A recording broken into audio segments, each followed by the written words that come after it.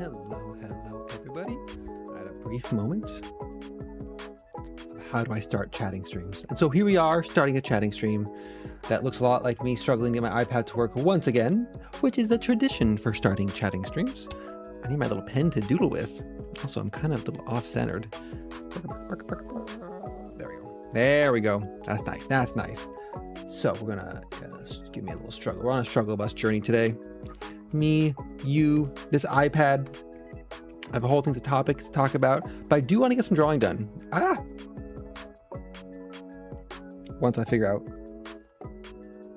my iPad situation. This happens like every time I use this capture card where it doesn't work, you know? Capture utility properties, deactivate, activate. No.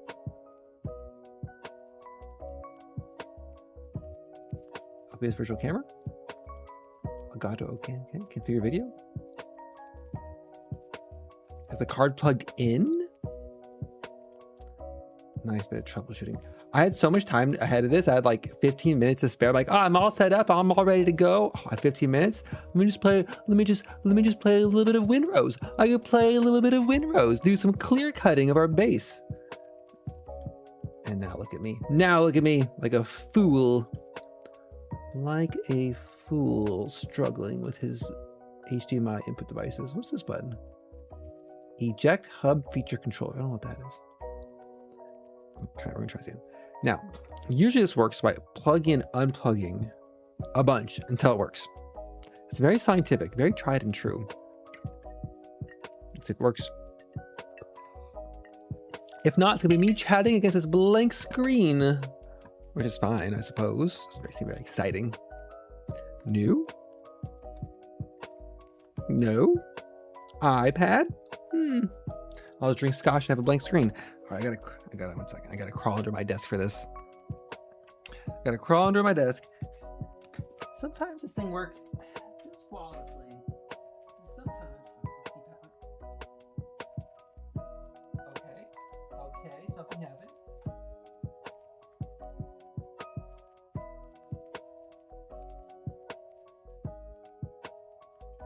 Maybe.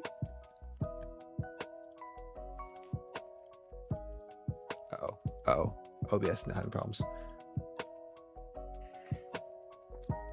The light's not turning back on it. Did I break my capture card?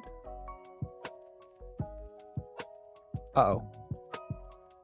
Oh no, OBS is freezing. Oh no, okay. My OBS is freezing, but I can still see... How frozen is my OBS? That's, okay, Twitch is still active. Twitch is still active? Okay, yeah, it's just like 10, 30-second delay. Oh, no. Oh, fudge. Oh, no.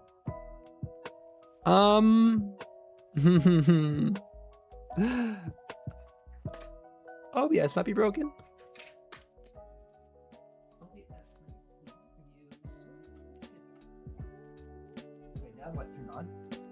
Okay, now light turned on. Let's see that. At least that works. At least that fixes it. So the problem I'm running into is the OBS settings window is freezing all of, not OBS, the capture card for my iPad, if I can draw, is scuffing it up. And yeah, it's a big oopsie poopsie. It's oopsie poopsie, but it's like it's still running, right? Because I'm like still streaming and the chat's still showing up.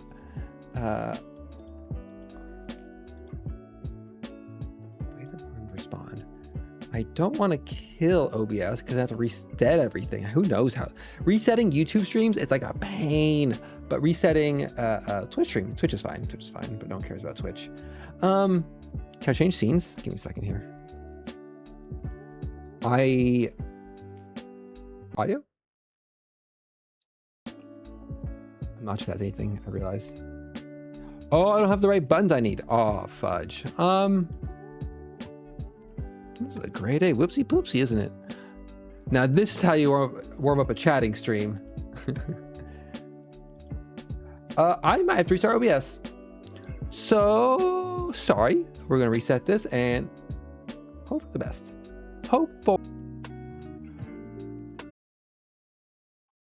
Okay. Okay, I think we're back. Twitch app back on there. Twitch got unhappy. Everyone left. Let me get my YouTubes going again.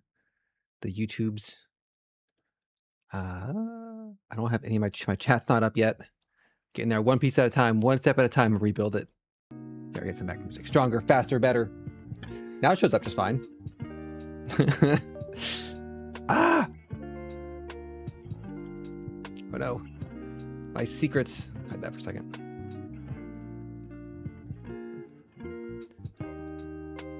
Okay, that's tracking. Fine. Okay. Okay.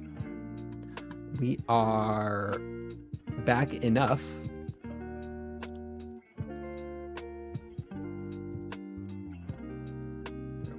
Back enough. I need to get that set up. Connect. Why did that not start? Let me get chat going. Ugh. Some days. Technology, man. I've had a run of it with technology this week. Done with it. Okay, I'm not getting double audio. No. That's connected. Why is chat not starting?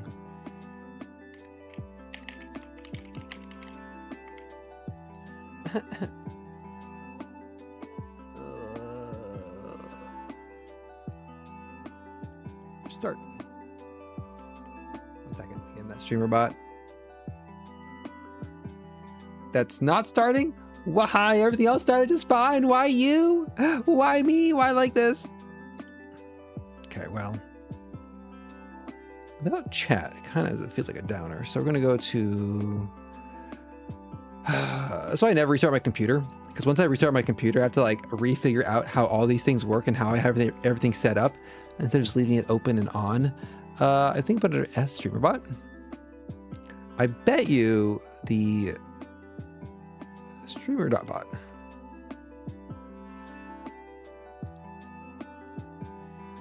Are you just not opening? Not like this. Streamer bot, no.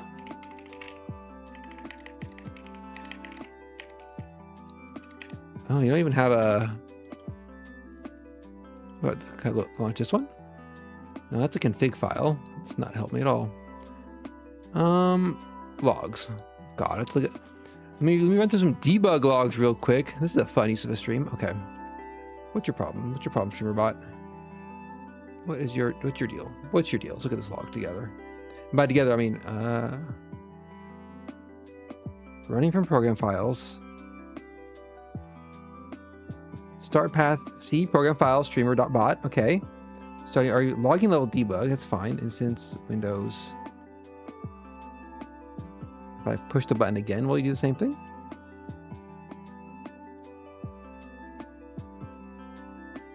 Loaded 322 users. It seems like a lot. Upgrade check finished. Running from program. You're not running, StreamerBot. StreamerBot. Don't do this to me. Don't gaslight me. I'm gonna run you from my desk, from my downloads folder. I don't have a lot about Windows. Okay, copy paste. Live debug session. It's everyone. This is the content people want. When people come to a stream, they want to see the streamer struggle with technology. They want to see that sweet scuff. Okay, StreamerBot, where are you? Windows don't. Okay. New application running from a different domain or namespace. You're also not starting? Why? Shit.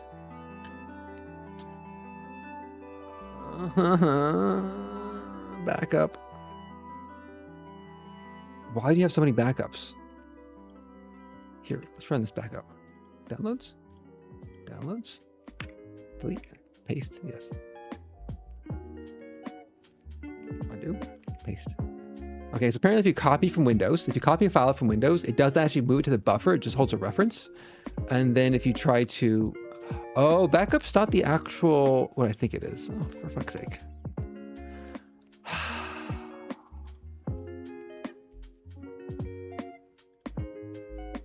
Okay.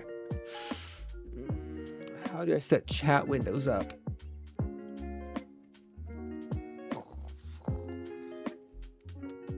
Timestamps reactions.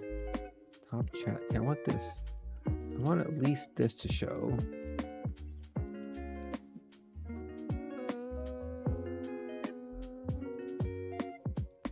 Browser source?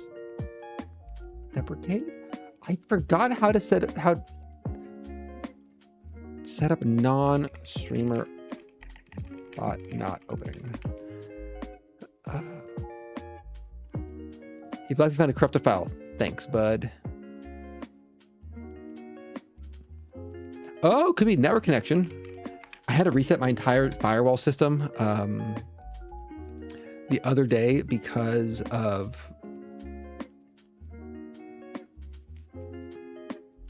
might be this. Change settings, add app, browse. Program files 86 streamer bot. It's funny because it was running yesterday just dandy fine. It was running fine yesterday, but then like the restart probably made it like rethink things. Did that do it?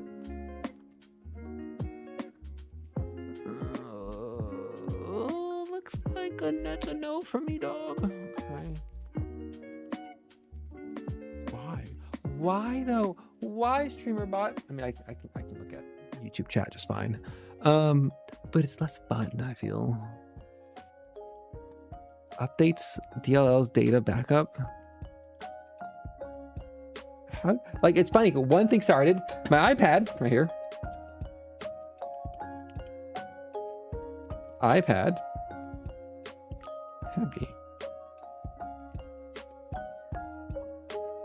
Streamer bot.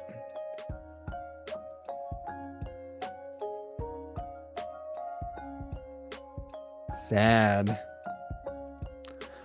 Okay, that's the current status. So status. Get that written down. Oh my God. Streamer bot. Download. God. Of all things to fail, it's the one that I can't have failed for me. Streamer bot. All right, streamer bot. Right click.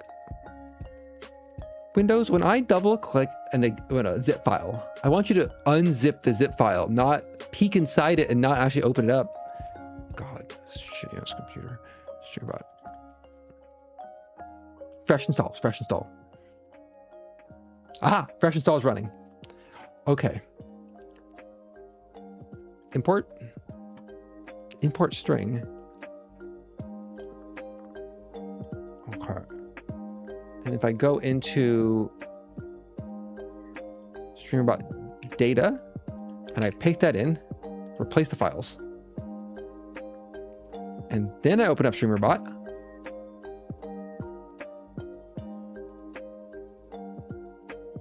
It doesn't open. Fuck me. And of course, every single file has been modified, which is super cool, guys. If I delete this file, I have to start deleting files until it works. No, that didn't do it. Actions, I like. What if everything.cache? That's everything called .cache. This is the worst stream ever. I'm so sorry. I'm a terrible streamer.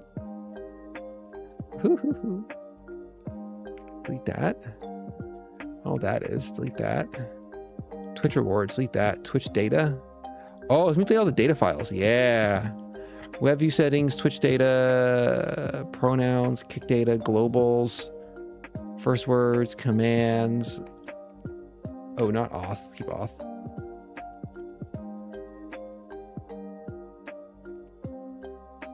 Okay, regenerated a bunch of them. Didn't do anything though.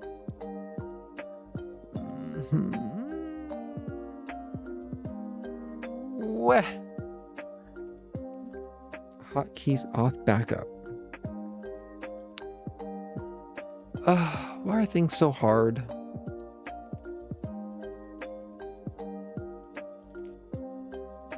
StreamerBot. So if I go to backup, and I take a backup from like here. Let's take all these backups, delete everything in the data file, paste those in, try to start it up. These backup files from like 3 weeks ago, and it still isn't open. What if I put it in you? Now we are hot fixing. Okay. The logs don't help. The logs are like, just stop loading. It's fine. It's still not opening? What the fuck, guys? What the fuck? What?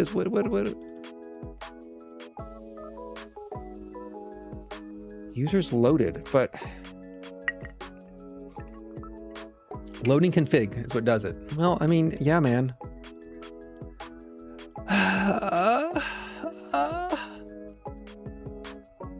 We'll move on. So no chat. Let me draw. No on-screen chat. Instead, I'll have to rely on the chat windows, which I need to open up now for myself here.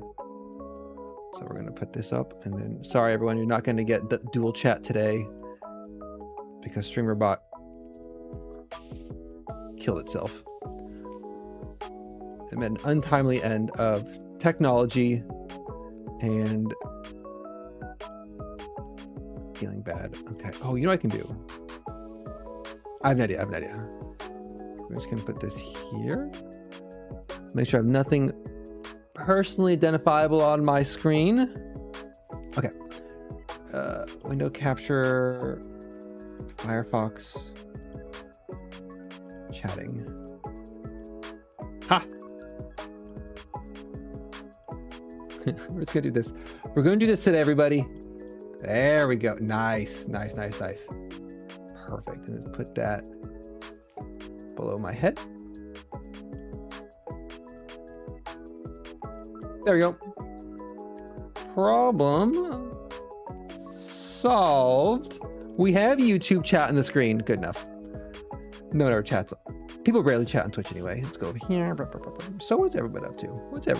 I've been struggling with OBS today. Oh, lastly, that's it. Lastly,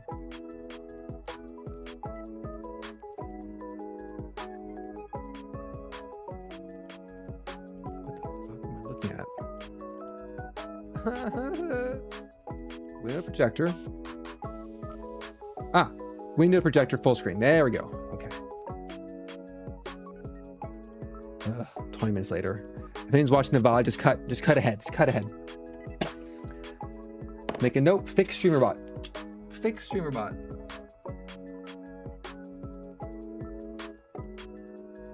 Took up half an hour of content.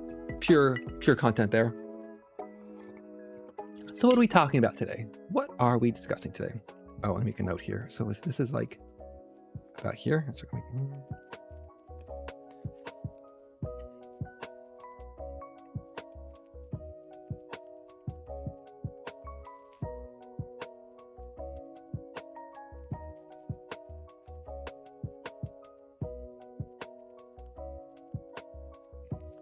Gosh, don't that there, I don't like that.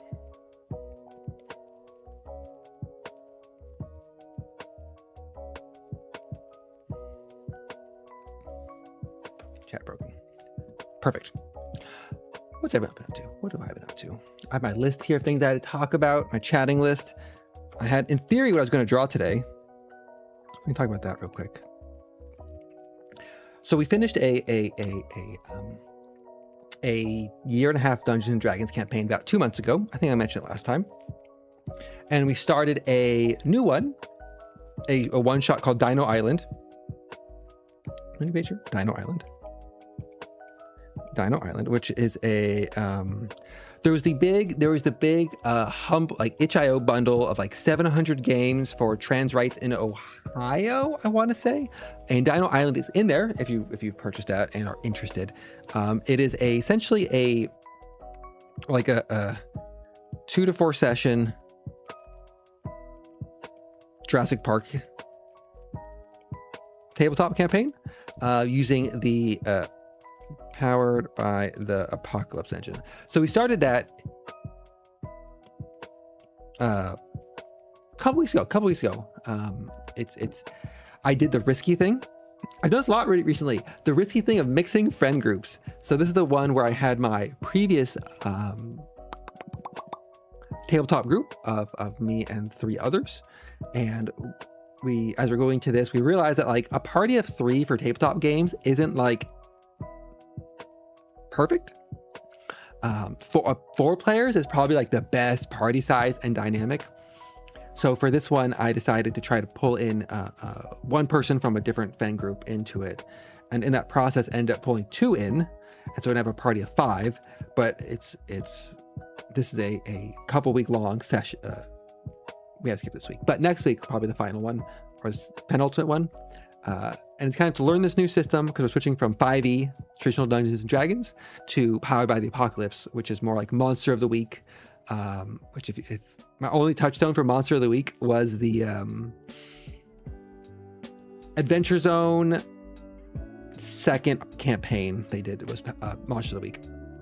And so testing out new people in this friend group, which involved inviting them to a different Discord server and having them mix with my other friends. And just one of those like, oh no. It's like mixing my effectively queer internet friends with my cis het male friends. It's like, oh no, this is gonna be risky. It's like, will there be too many jokes about cranking it? I don't know. Not enough? Doubtful. That one, admittedly, that would be a hard threshold to hit of not enough jokes about cranking. I had to explain.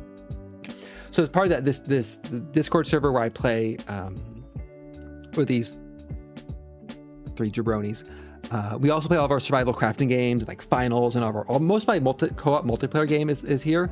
But it's also we do the tabletop games.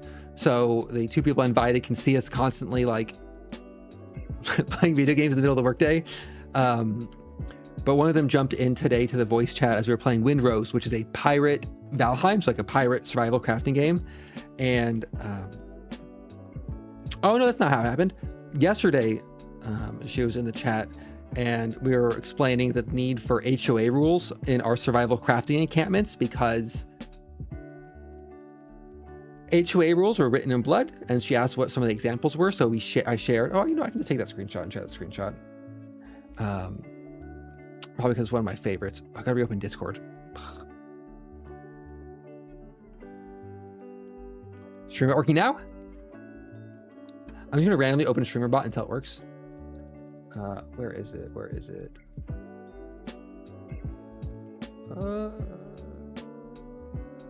Oh, here they are.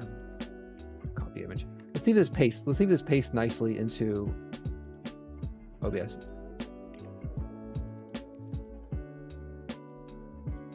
Paste. You know what, bud? Sure didn't. Sure didn't. I always forget that OBS, you can't paste an image in. You can only link to a... Oh, where that shut up. Oh, if my whole screen goes away, then this little window is going to get wrecked. That's a fun niggle of a problem. A mild... You see me like dragging a file across? Oh, you can't see me dragging... Oh, because it's the application window. Okay, I'm not wrecked. Bam. Oh, this is super dark. Okay, let me get this. Let me get the HOA rules up here. This is my challenge. This screenshot I took of our server. So each of these HOA rules are written in blood. Let's see if I can lighten it a bit. Let's see. Properties? No. Filters? Oh, you can see it pretty well. The problem is like my OBS window is on a shitty ass monitor. It has shitty like color correction in it. And so I need to like, oh, there we go. Yeah. Let's make that legible. Brightness. So these are the HOA rules we've developed over several different sessions. And the problem with Windrose that we're running into right now is that you can't write text in the game. There's no text chat, and you can't make custom signs. So you can't make very, very important HOA rules that you need for your survival crafting game. I think I've shared this on like places before. But She asked me today, she's like, I have 2 questions based on the HOA board. And I'm like, just 2? That's a win. That's a win, really. Her first question was, what's a crank shack? And I had to sit down my sweet, sweet, innocent baby child friend and be like, because my friend just built a crank shack. We have no HOA rules, so he went and he built a crank shack on our Windrose Island. It's surrounded by banana trees. It's a whole thing. And I had to be like,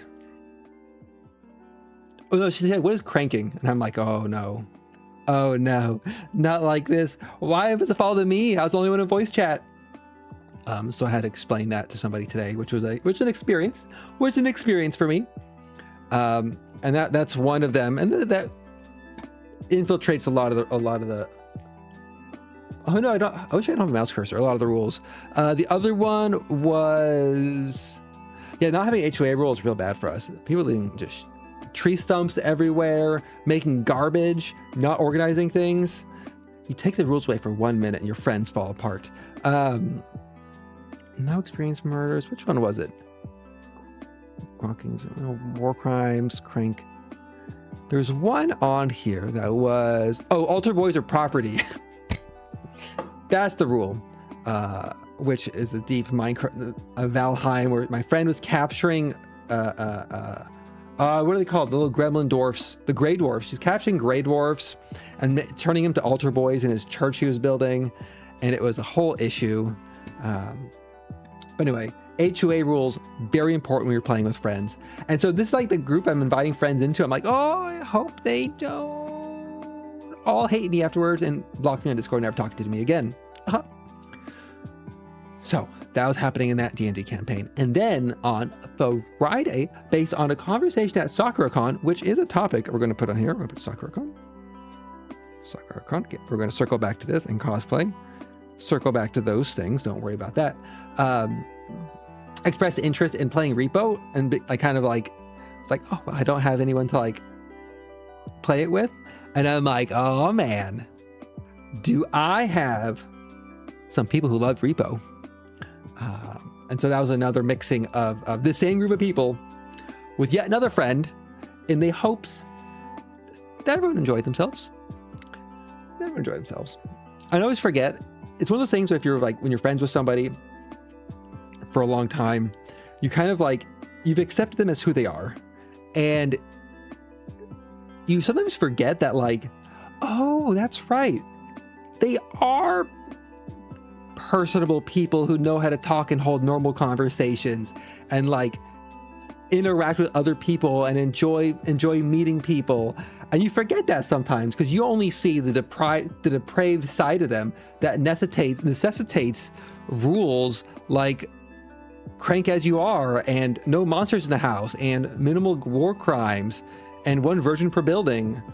Like, this is the side of them you see, but then you forget that like they also have a generically like not public facing, but like they can interact normally with people because they are not your chronically online friends.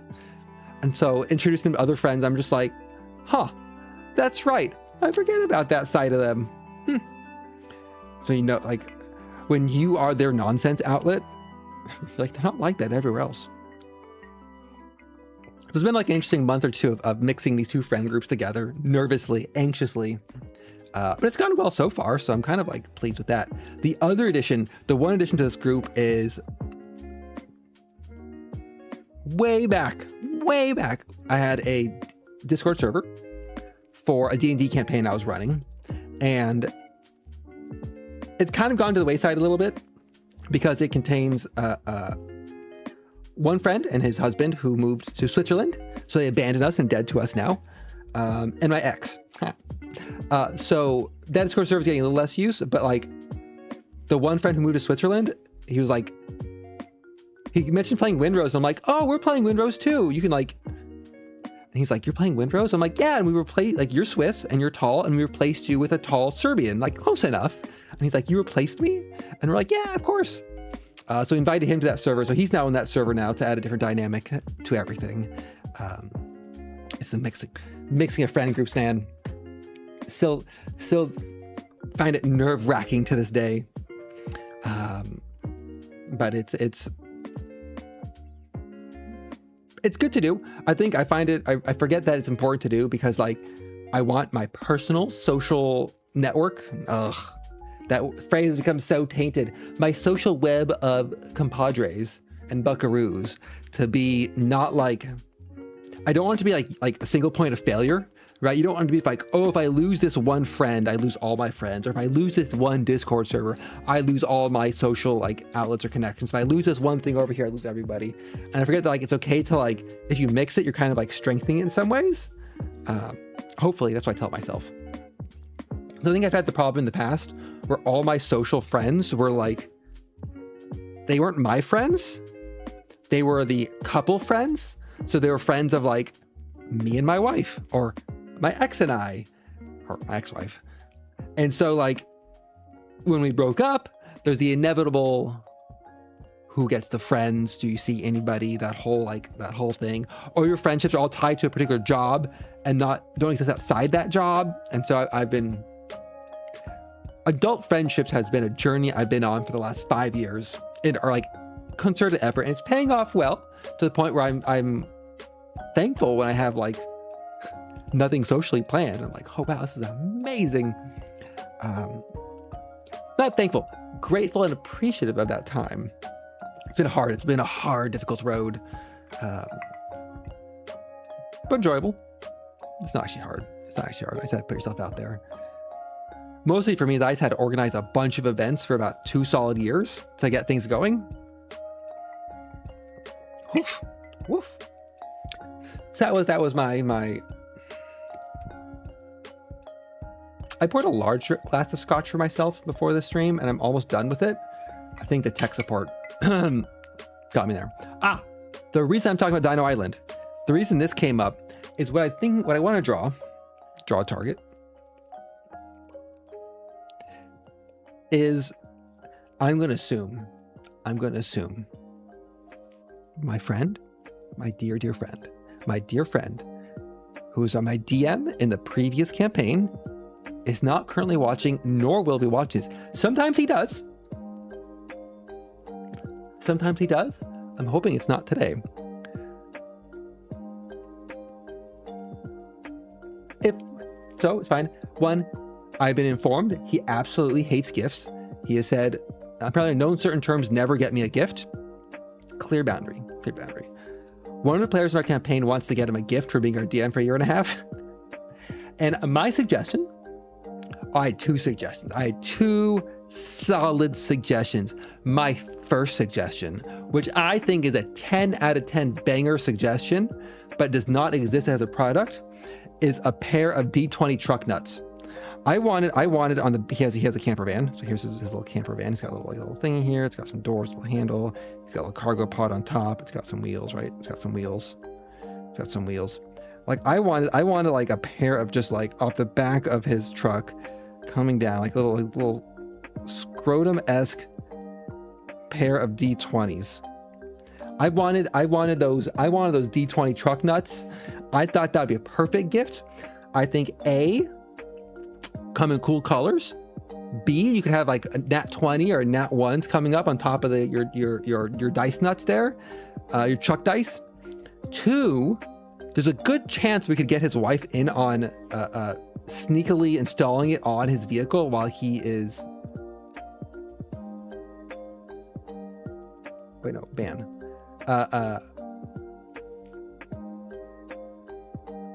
Auto mod.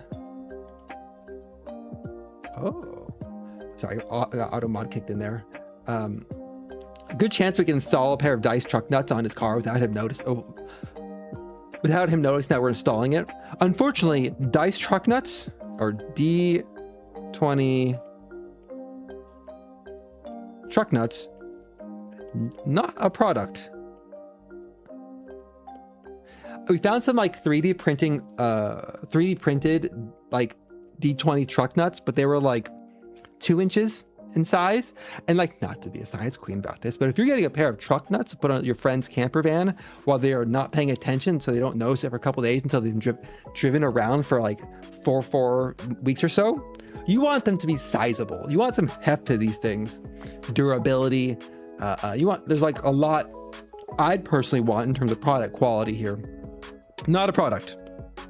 Boo. I recently changed my pen size. About 4%. Second idea. That was my first out the gate idea. Banged it out, no hesitation. Everyone loved it. Not a real product. The second. So modeling the 3D truck nuts, I don't have a problem with. Those plans exist. It's the getting cast, like the mold, right? They need to be that durable rubber truck nut, like weather resistant, how it attaches to the car. Like there's a lot of like a material part and sizing for the mold. If it was like a resin or 3D printed, oh, fine. Yeah, that's a good point.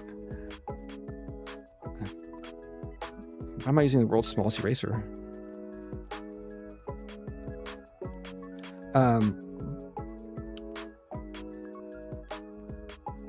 I think for us and our budget and our effort, we just kind of wanted to just get an off-the-shelf truck nuts and not custom fabricate one. Though I will admit, going to the effort of getting custom fabricated D20 crush nuts.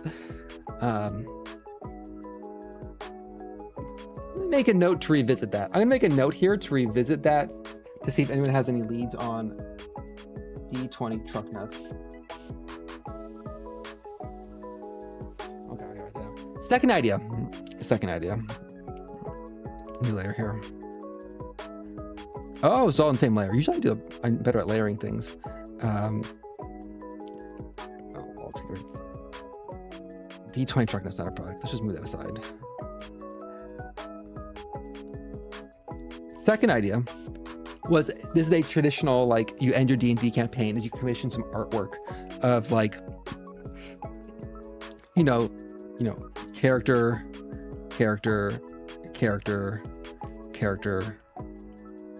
DM with a DM screen in front of him, tavern background, you're in a room, there's like a table in front of you and like a little play mat.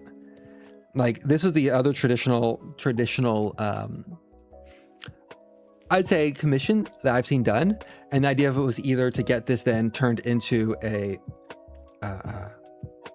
one so mentioned disc plates, which I'm not familiar with. I think they're like the metal posters, disc plate printing, which I then suggested we bolt to his car, bolt to his van. Mostly I want to vandalize my friend's car. I think I'm realizing as I'm writing that out, 2 of my 3 suggestions involve vehicular vandalizing.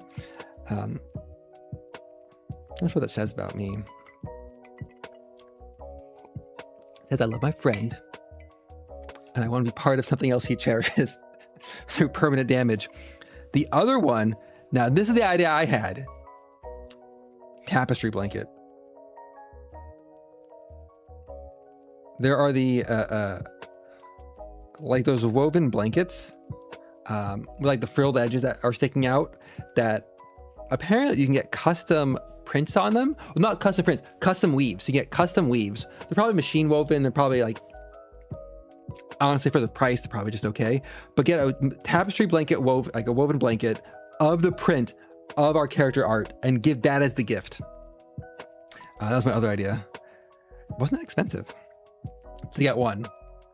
Ironically, like this is like what, like $50? This would be like 100.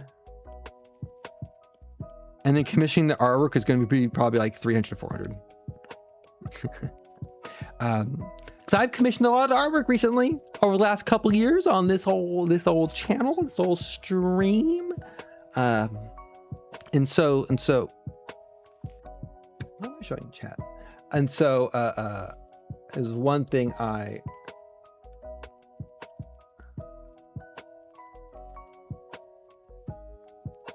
what the heck? 1 second. Can I get rid of this? No, I can't. So that's the other idea, is to commission the artwork for it.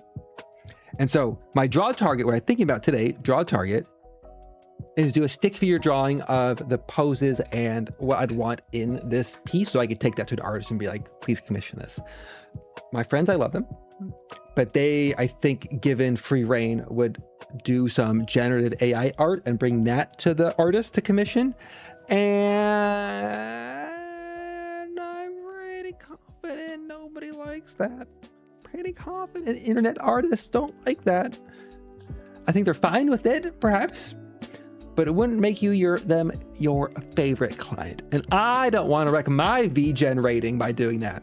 So I was going to draw something today, potentially, if I get around to it. Maybe this might be the extent. What I'm thinking for the drawing, I'll do a quick sketch then, is what I want Final Supper.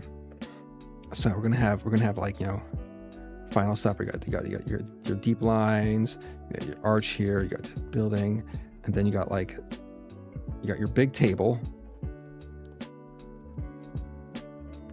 And then I want our DM. Look at that, beautiful. And then like hands out. Honestly, I need to check out what Final Supper looks like, and then like have like a dice in it sort of thing. DM screen. And then our like, there's 3 characters, so I'd want to be one character, 2 characters are Goliaths, so it'd be pretty big. My character is a halfling, so either small head down here or on a booster seat, and then one of our characters had a devil baby. It was a thing over here in another booster seat, and then like so here, and then we'd have like our characters would often order to the absolute hatred of our DM sloppy steaks.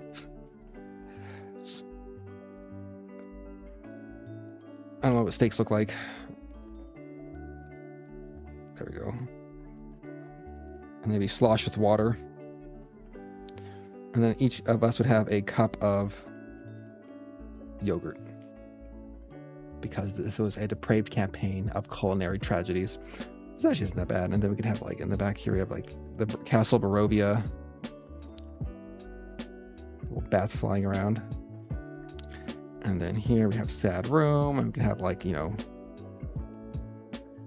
shields and like a sword. Some of our maybe some of our weapons, something like that. That was a sketch I was thinking for the piece. Maybe some sort of rug here to tie the room together. Rug. I need to double check what Last Supper looks like. I think Last Supper is like obviously more people.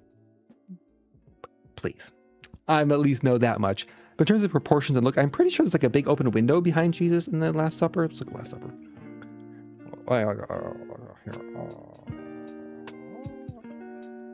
Hello, 10 chicken nugget. My chat is broken, so it was gonna be only YouTube is showing up on screen. Last Supper. Last Supper. How close was I? Fucking nailed it. I nailed this. Well, okay.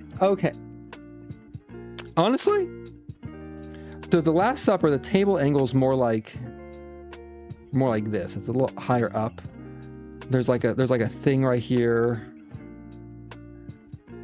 Oh, it's not a big porticus. Oh yeah, I got the angle way off. Instead of being like this, the angle's more like that, and the horizon line is like, the horizon line is kind of like right around Jesus' shoulder, and it's like window there, and it's like window or door, window, horizon line. Oh, and there's like little like alcoves. I see. Okay, delete that. Interesting. Anyway, that's my idea.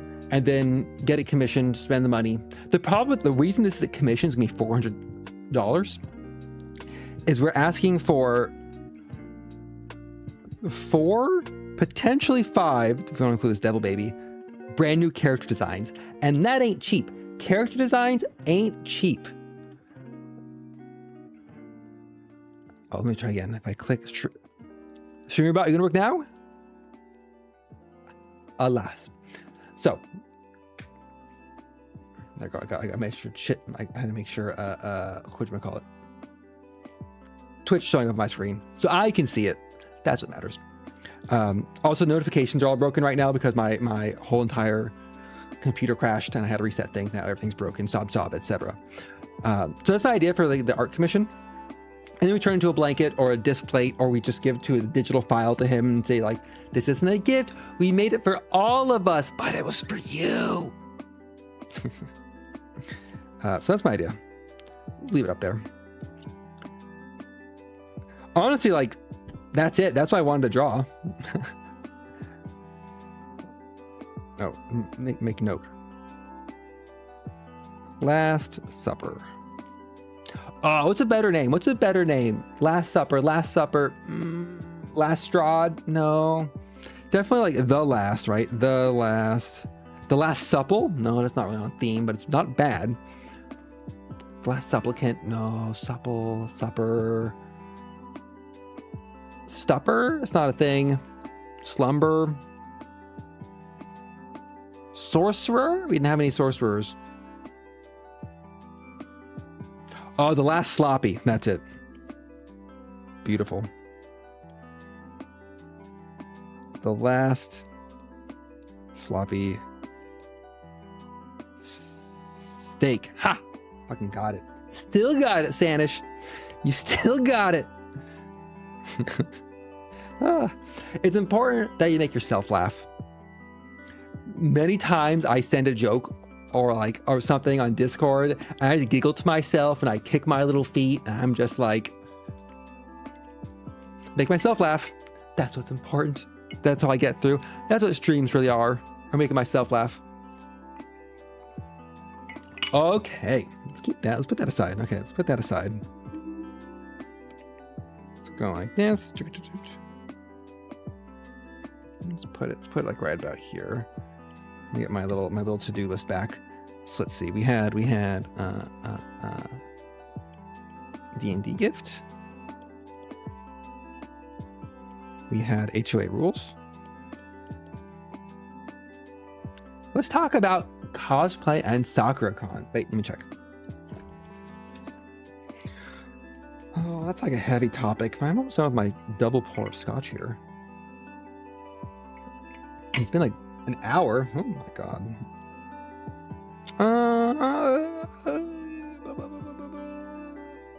Yeah, why not? Let's go.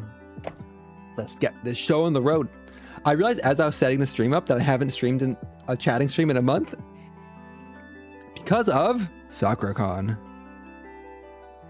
For those who don't know, which is most people who are new, I live in the Pacific Northwest of the United States of America, specifically in the little tiny sleepy town, well, little sleepless town of Seattle.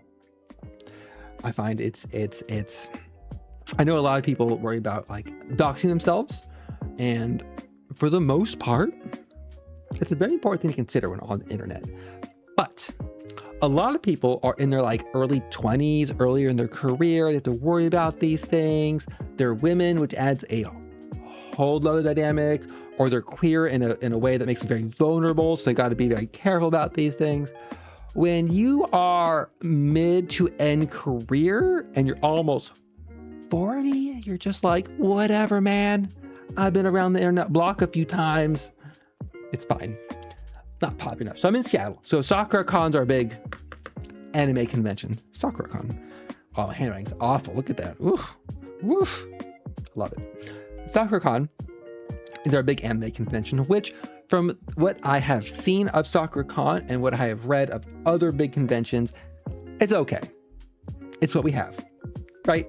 It's our convention. It's what we have. I don't want to travel for conventions because I don't want to. One, which honestly, that's a good enough reason. Two, and I'm finding this out as this is my third time going. find this out as time goes on. There's two types of convention goers. There's me, your casual convention goer, and you have people who apparently engage in ranked competitive conventions. And it's a pretty stark difference how you approach, engage, and interact with the conventions. So for me, on the casual side, I'm happy to go for one day, maybe 5 hours, 6 if I'm pushing it, and then I'm old, so I just go home. Other people go for like 10 hours a day, 12 hours a day, every day. They're there to get their badges on the first day. They're in line, they're doing the events, they're going to the panels and the concerts, the after parties. I'm just like, oh, can I get in my bed? It's 9:30. So I'm a casual convention goer, which is why I will never travel to convention unless there's some deeply, deeply compelling reason. Compelling reasons I can think of off the top of my head. 1, I'm dating somebody and they want to go. That's a pretty compelling reason. 2, I somehow get invited as a VTuber guest. I'd go. If you invite me to a convention with a legitimate invite to be a VTuber guest, I will show up.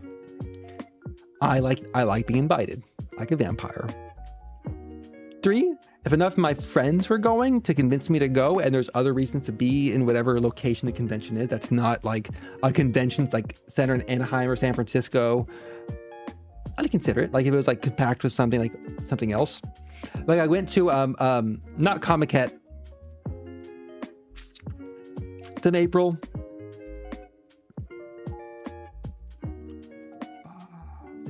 I went to a big anime convention in Japan. What was it called? Give me a new browser window here. Anime convention, April, Tokyo big site. I went to one. Oh, it's called Anime Japan, derp. And that one was because I was like in Japan at the time. And so it was like, let's go check out a major anime convention in Japan. And there was like half a day and it was interesting. So that's another reason I'd go if I was somewhere else, and it happened to be one. But this one, Sakura-con, I'd say I've enjoyed everything around Sakura-con. I think my music just ran out. Oh no. 1 second. Oh. Okay. Oh, not yet. It's almost run out. I think I've enjoyed the cosplay side more so than the convention itself. I think that is my big takeaway. Is what I liked was the cosplay and the shopping, honestly, and friends. Huge sentimental sappy. Aww. Honestly, if my friends didn't go, I would not go. Just flat out. I'm sorry. Sorry, Sakura-con. What I've enjoyed about the shopping, it's one of the few times in my life I've been surrounded by different stores and vendors and merchandises that are all things geared towards me and my interests. Which is like, it's exciting, but it's exceedingly overwhelming. It's so overwhelming. We did it in 6 hours. We did the exhibit hall, got lunch, and then did the artist alley. And it was a lot. It was a lot. It was too much. We should have split up into 4 segments instead of 2. First off. Second off, we should have rested more, gotten more water and some more snacks. Maybe an espresso martini between some of them. I also am in a moratorium. I can't buy any more wall art at the moment. So that really stymied my shopping experience. But I don't go to any panels. I don't go into like the guests. I don't go check out. I went to see Amelie once when she was there last year, I think, and that's about it. I'm just not a big panel person. This is true of this convention. When I was doing research conventions for geophysics, I went to AGU, the American Geophysical Union, but like I went to present, and it's like talks and things are like they aren't how I learn information or how I like absorb anything. So it's always like, I don't know. I'm just kind of sitting there listening, but also not really paying attention because like that's not how my brain accepts new things. It's not really for me. Not really for me. So shopping's fine. It's fine. Cosplay though. Let's talk about cosplay. Let's talk about cosplay about a couple things. First off, I enjoy, and when I lived near downtown Seattle, I always enjoyed Emerald City, Comic-Con, Geek Girl Con, I think it's also downtown, and Sakura-con, because I like seeing all the other cosplayers out and about. I think that's what I enjoy a lot about Sakura-con, is seeing everyone else's cosplay. It's super fun to see like what people dress up at. What, now that I've been on a couple of years now, you kind of like what's trending, what's cool, what are things going. This year was on Easter weekend. There's a lot of bunnies. Big fan. Also, I highly recommend, if you're thinking about going to a convention that has cosplay, bring a friend who's able to appreciate the same things about outfits that you were able to appreciate. So if you're really into detailed like sewing work and like the detailed costumes, bring a friend who's into that also, because it helps like be able to point out like, oh, look at that, like sort of like, look at the cool thing that person did, look at that cool thing that person did. Or if you're both into the same fandom, you're like, oh, there's a character from this, oh, there's a Freeran over there, there's a Himmel over there, there's a Stark over there, sort of thing. And I realized this. Oh, I didn't change my music track over here. Give me 1 second. What's this one?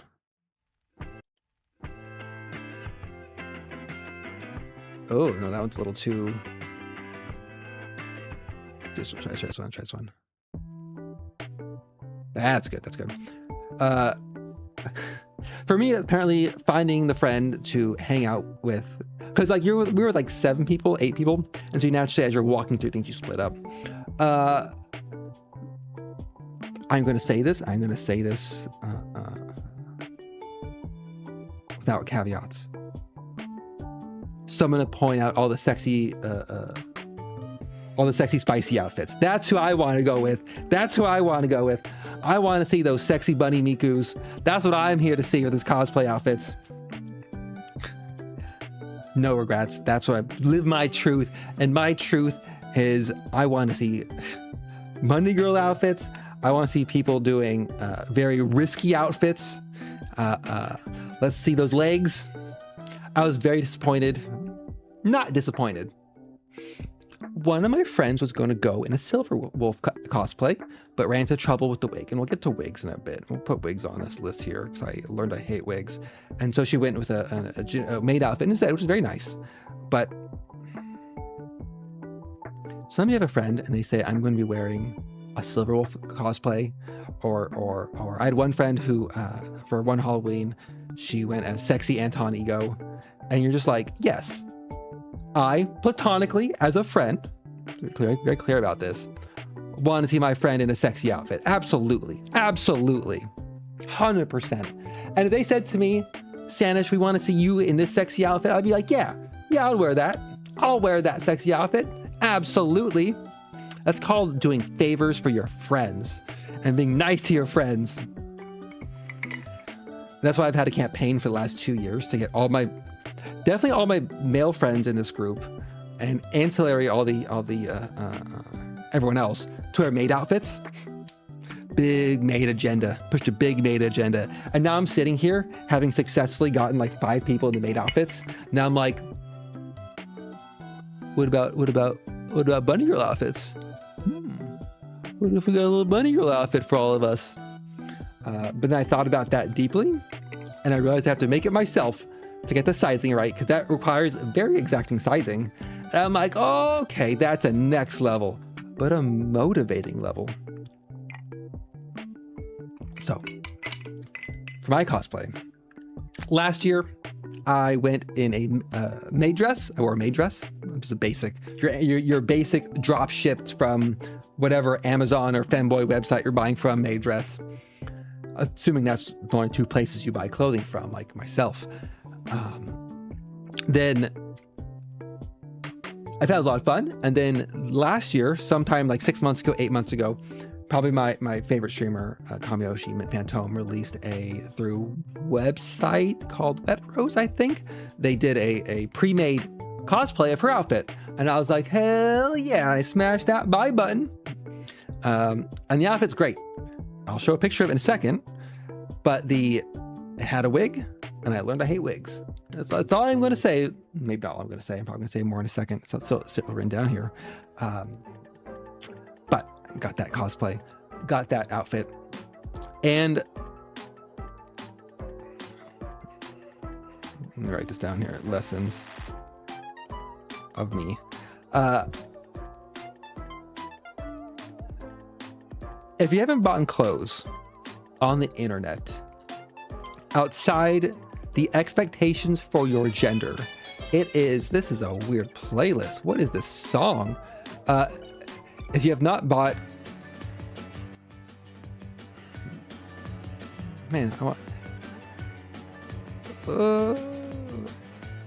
oh, that one looks right. That looks right. Sorry about this. There we go. That's what I want. If you haven't bought clothes outside your gender ever, or especially online, getting the measurements right is a very, very, very difficult, because what they measure on, not on your body type, changes quite a lot. So buying a maid dress, I bought one previously, so I had some experience. Buying this new one, I'm measuring it carefully, and I'm like, I think this will fit. I think this will fit. And it's like $100, so more top of my budget for this goof, essentially.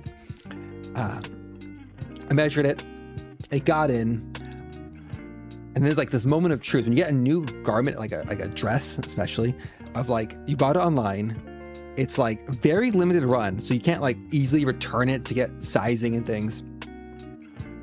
And you're like, okay, let's try this on. Let's try this on, buckle it up, get it together, buckaroo. The two dimensions I learned with this outfit that were a little dicey. The first dimension, which I expected, was the length.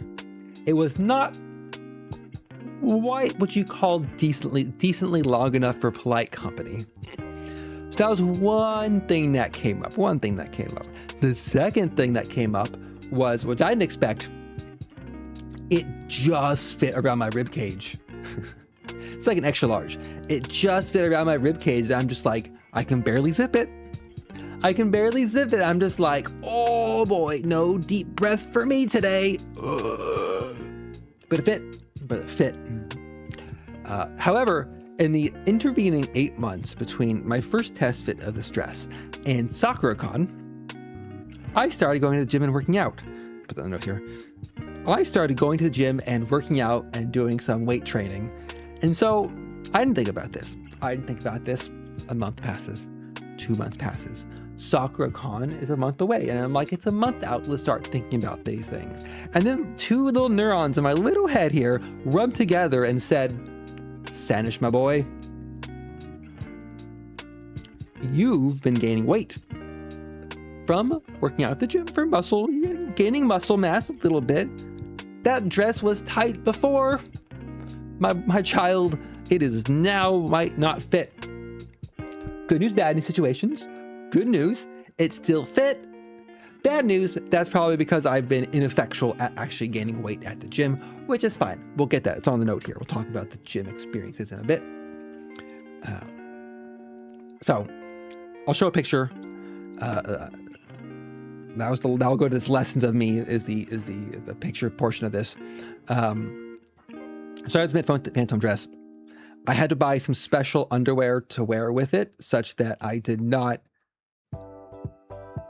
expose myself to people in a way they may not wish to be exposed. That was easy to take care of. It's called a dance belt if you're curious. It's kind of like a padded skin colored thong that just keeps everything nice and tight. And then I also bought like a pair of like white bloomers for just a little extra class. And then, so I got that working, but then it came with a wig. And I learned cutting and styling wigs is very difficult and challenging because it does not act like hair as one would expect for a thing that's on your head that's hair. And two, I don't have the products or the skills, and it's hard. It's hard to style wigs, and I learned that lesson. I think it turned out just fine because I realized No one's gonna be close enough to notice. Problem solved. I got the wig going. I got the dress going. I have my little clutch purse I got from last year before. Head out to soccer. Oh, I got picked up.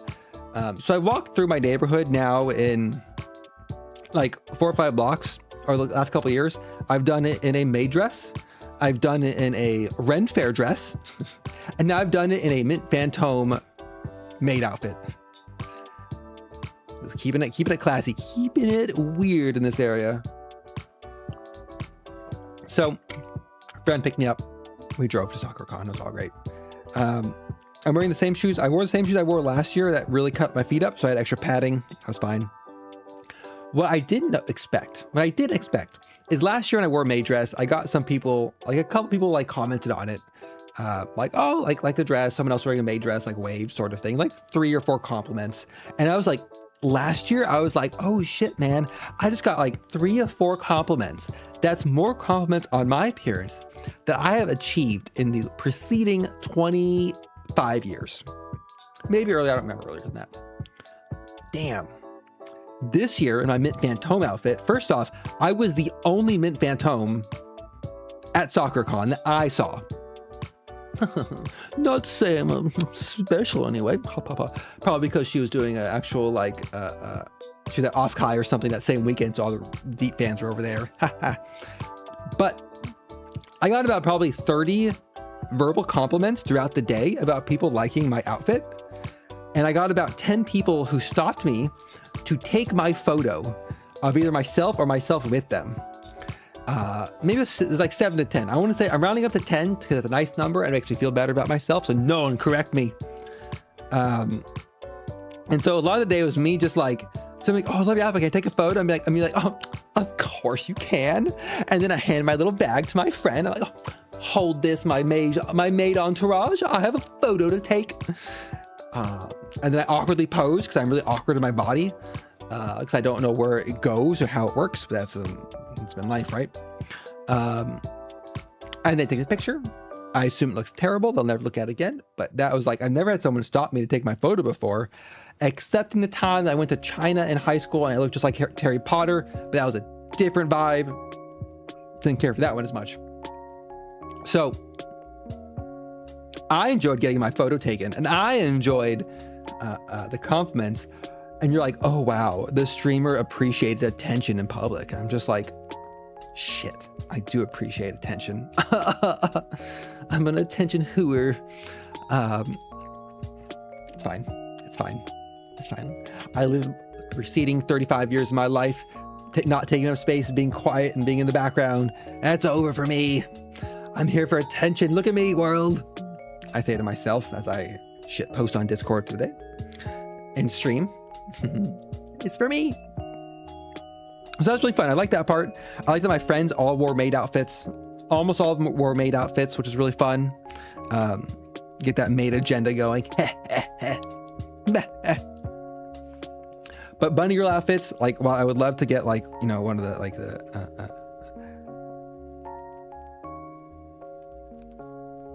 here's your legs and like you have the fishnets. What I really want is I want the rabbit hole Miku outfit.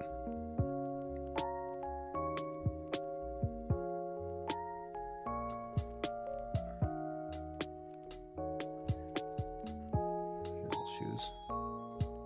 I want the rabbit hole Miku outfit. And here there's usually some lines like this on them, right, like that.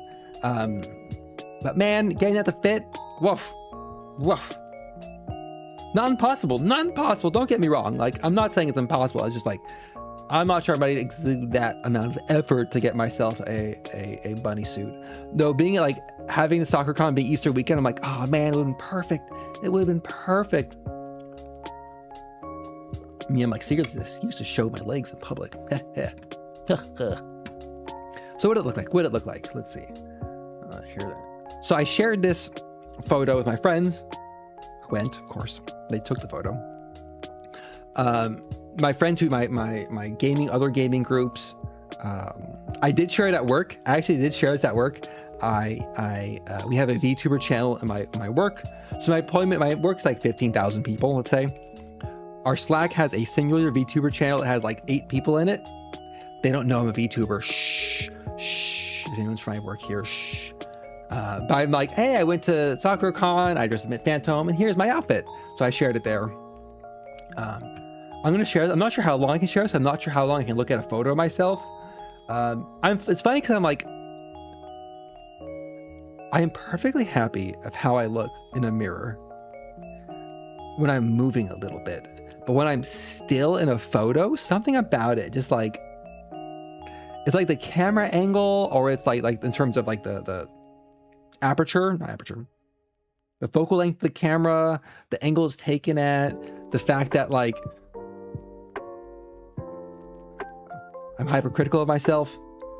There you go. Here's the Sandish real world reveal. 100% unedited photo. There we go. Woof. Woof. Wrong window. There we go. There's me. There's me in my mint Phantom outfit. 38 years old. Ancient. Unedited, so that's my normal face looks like there in that photo. A lot of photos, very short. This is. Let me get a new layer here. Let me hide this. Where's my mouse? Very short. I had to sitting down, hard. Bending over, difficult. You can see here. See about here. This dress was made for somebody about a foot shorter than me. And so my knee looks terrible. And so like this sock was about 6 inches too short. Having had to buy specialty like extra long thigh highs in general, I knew this would be a problem, but I just committed to it. Thigh strap. These are the shoes that hurt my feet. I got them at Nordstrom Rack. They look fine. My feet didn't bleed. My feet didn't bleed this time. Honestly, I'll be honest with everybody. Showing this much leg, this is not that far off what I show in the gym. So this part was fine. Showing this much shoulder, this is the part that made me feel super exposed. Same with my Ren Fair dress that showed my shoulder. That is the part that made me feel like, ooh, the world can see me. Oh, my shoulders have been untouched by daylight. And of course the wig. I have a wig on. You don't get to see my cool shag wolf cut haircut. That was my Mint Phantom cosplay outfit. I shared it on Blue Sky. I shared it with friends, so it's fine. But what I did, God, something about like how my knee looks right here is like, ugh. Don't look at that, Sanch. Don't get hypercritical of yourself. Delete your hypercritical arrows. Be gone. Here. Oh yeah, we can compare body types here. See, so I go here. And I go like this. Okay, so if we look. Oh, out of frame. So pretty close. Leg ratio. Okay, leg ratio is a bit off. Leg ratio, fine. Leg ratio is a bit off. Don't worry about that. My delicate little shoulders. My slim, tiny shoulders. My slim shoulders. So I sent it to my friends. And what I did this year, I thought I'd try something different. My parents sent some texts, and they're like, to me, my brother, my niece, and they're like, oh, isn't it so good this part of the family is getting together Thanksgiving? Here's the photos of Thanksgiving. And I'm like, you know what? I've never talked to my family about cosplaying. I've never talked to them about essentially cross-dressing, I guess from certain, like it's cross-playing, but like, if you're a boomer, this would probably be this might be seen as cross-dressing if you're a boomer. I was wearing makeup. I'll admit that. Not admit it, but like that's what I was doing because I look good in a little bit of makeup. Huh. I sent this photo and another one of my friends, and I'm like, oh well, the family's doing Easter. Like this is what I was up to this weekend, and the responses I got back weren't exactly what I was expecting. Well, except for my mom. My mom's was fine. My mom was saying like, oh, it looks like you're having so much fun because she gets dressed up and effectively cosplay. My mom effectively cosplays, but in a boomer way that they don't call cosplay, where it's more like they're gonna wear outrageous wigs and outrageous dresses and go to like a bar together and hang out sort of thing. Which is great. It's a lot of fun. She also does like belly dancing, so she has like belly dancing outfits and different wigs and stuff for that. So she's like kind of into the dressing up aspect of it a lot. Like when I first painted my nails, as you can see here, my nails are painted. When I first painted my nails about a year ago, my parents' reaction, I'll get to my dad's reaction in a second. That's the one that made me go, my mom was kind of like, wanted to talk about painting nails and different products she likes and things. So she was kind of into it. The other thing, similar bucket reaction was when I told him I was gonna get laser hair removal.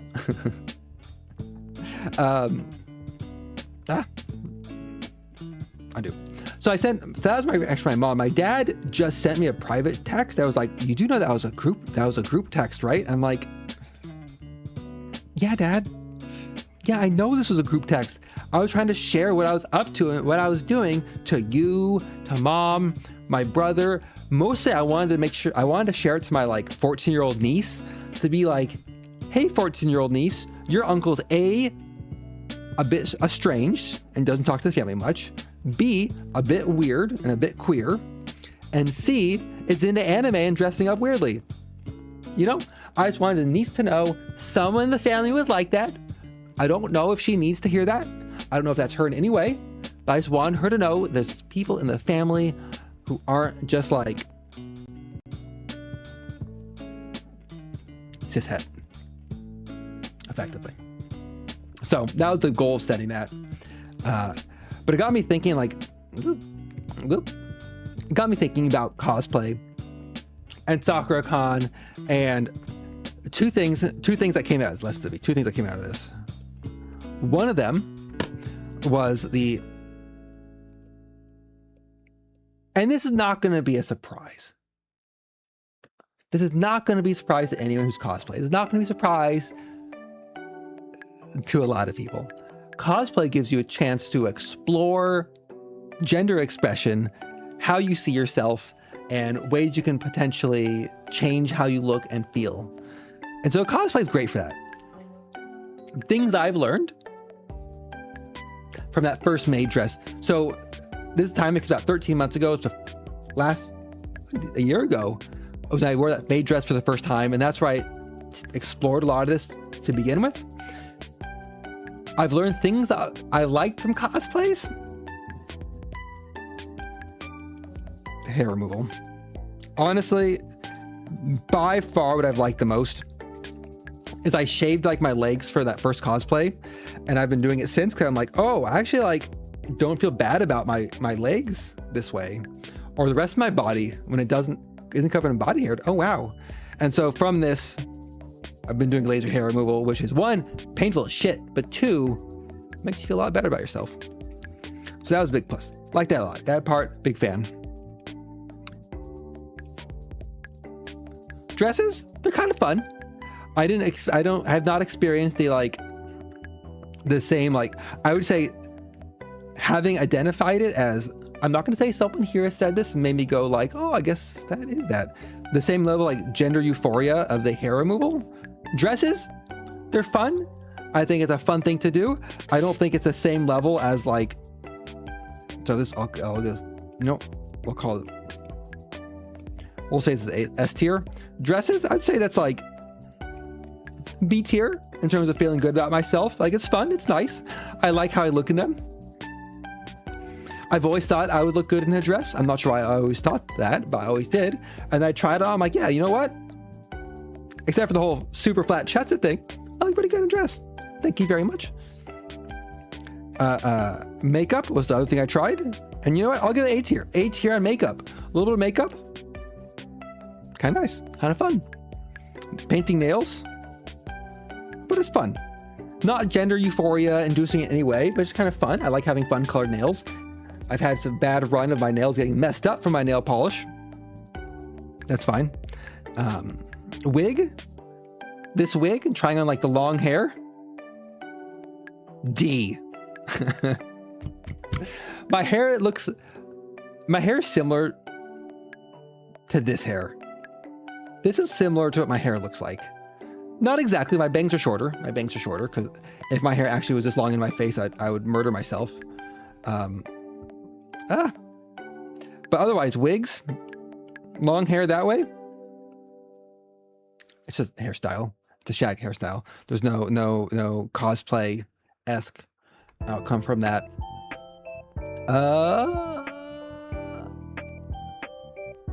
Oh yeah, compliments. This is S tier. I love compliments. I love compliments. Can't get enough. So that's all great. That's all the great parts of it, of like exploring that, learning that, taking those learnings from the cosplay experience and applying to my day-to-day life. Mainly getting laser hair removal. My God. I've gone from like, it's funny because like 2 years ago, if you say, Sanish, would you ever go like swimming with friends? I'd be like, absolutely not in a bajillion years would you catch me dead in the water, because I don't like how I look. Now I'm like, I'd consider it. Not anytime soon, mind you. It's not, let's not get hasty. Let's not get hasty. I'm still going to wear a long sleeve swim shirt because I don't like sunblock. That's a different issue. That's a sensory issue, not a body image issue. So overall, 2 years of cosplaying, I gotta say, I've been enjoying it. It's fun. Get to try things out. Doing it about once a year is about my speed, though. Doing it casually at a con once a year. Plus, twice a year. Once for anime and once for Ren Fair. That's a good speed. That's a good speed for me. Otherwise, I get too much anxiety and worry and think about it too much. Blah, blah, blah, blah, blah, blah, blah, blah. Blah, blah, blah. Here, I just photo myself. Ugh, okay, enough looking at my own photo. That's one lesson. Has been cosplay. The second lesson, heteronormativity.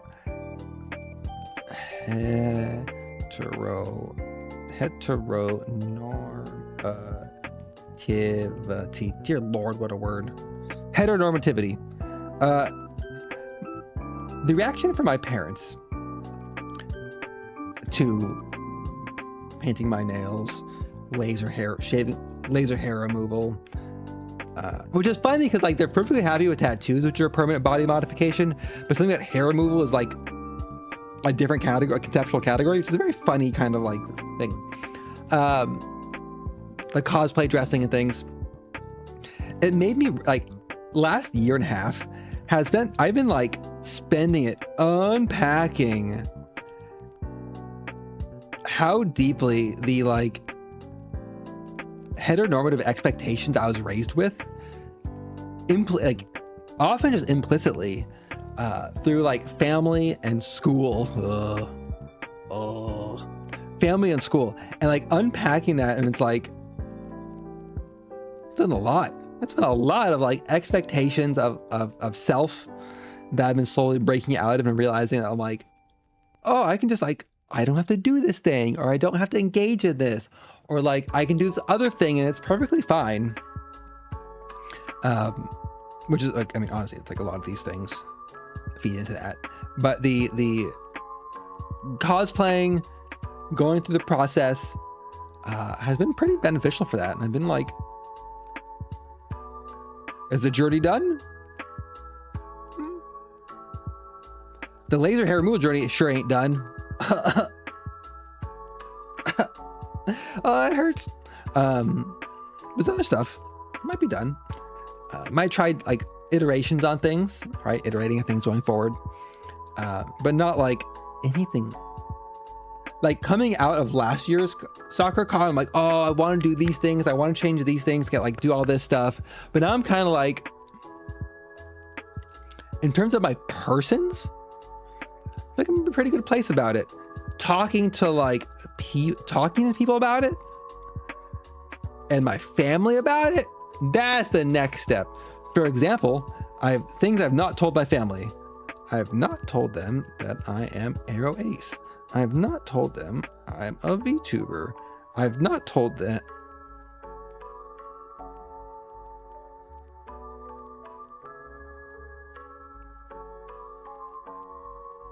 It's not a VTuber.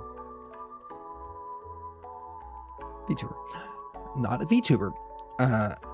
And like, I don't think I have any plans anytime soon to talk to my family about these things. There are parts of you, like, your family's not entitled to know everything about you. And so for me, those are two things that I don't know if I want to broach those subjects. Thank you very much. Thank you very much. But let's get that, lock that in there. It's been a journey. It's been a journey last year, starting, and I'm talking about now because it started with Sakura-con last year. And being like, I want to wear a maid dress, and then going through that whole process and buying all those clothes and trying things on and saying, do I like this type of clothing? And you're like, oh, I like some of this type of clothing. Am I going to wear it outside? Probably not. Do I still enjoy it? Yes.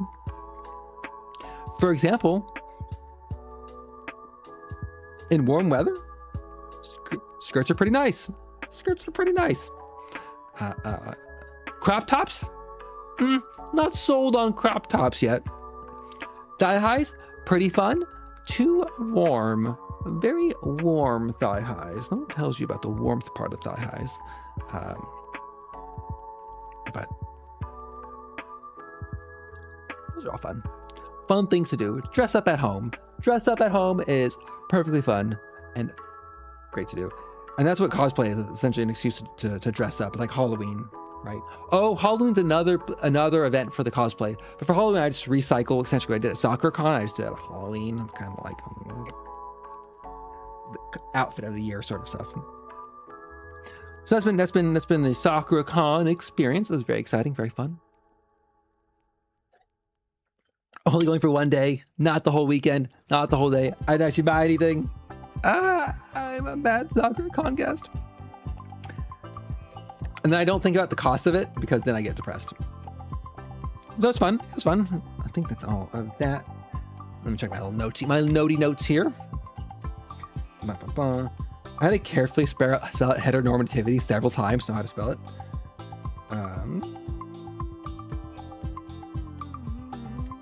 So that. Oh no! Don't throw that away. Don't throw that away. I'm about to say it's gonna be a shorter stream. Who knows? Last thing on this list here, not on this list, written list. I'm tapping loudly so you can hear it, but written here. I had a funny conversation. So since October, I want to say September, I've been going to a gym, and a couple months ago, I transitioned from free weights to using barbell training, which was a big move. It was a big move to go to barbell training, to get jacked. Eating 8 pounds of tuna a day. No. You saw that photo. This man is not lifting a lot of weight with my noodle arms. But I've been doing very slow, very steady progress on my exercises, adding a little bit of weight. A couple weeks later, adding a little bit more weight. Couple weeks later, adding a little bit more weight. But some friends were talking about going to the gym and how they couldn't go for 6 months because of an injury and they stalled out and etc. And I mentioned, like, I came up, they asked me, like, essentially, like, what do you lift, bro? And I'm like, bro, this is what I lift. So I lift, bro. I got my little notepad out and I wrote it down. And apparently the numbers I cited were much lower than they expected, which is kind of funny to me because I'm just like, this is the strongest I've been in my entire life. Right now is the strongest I have been by far. And they're just like, those numbers are so low. And I'm like, I am built like a twig. I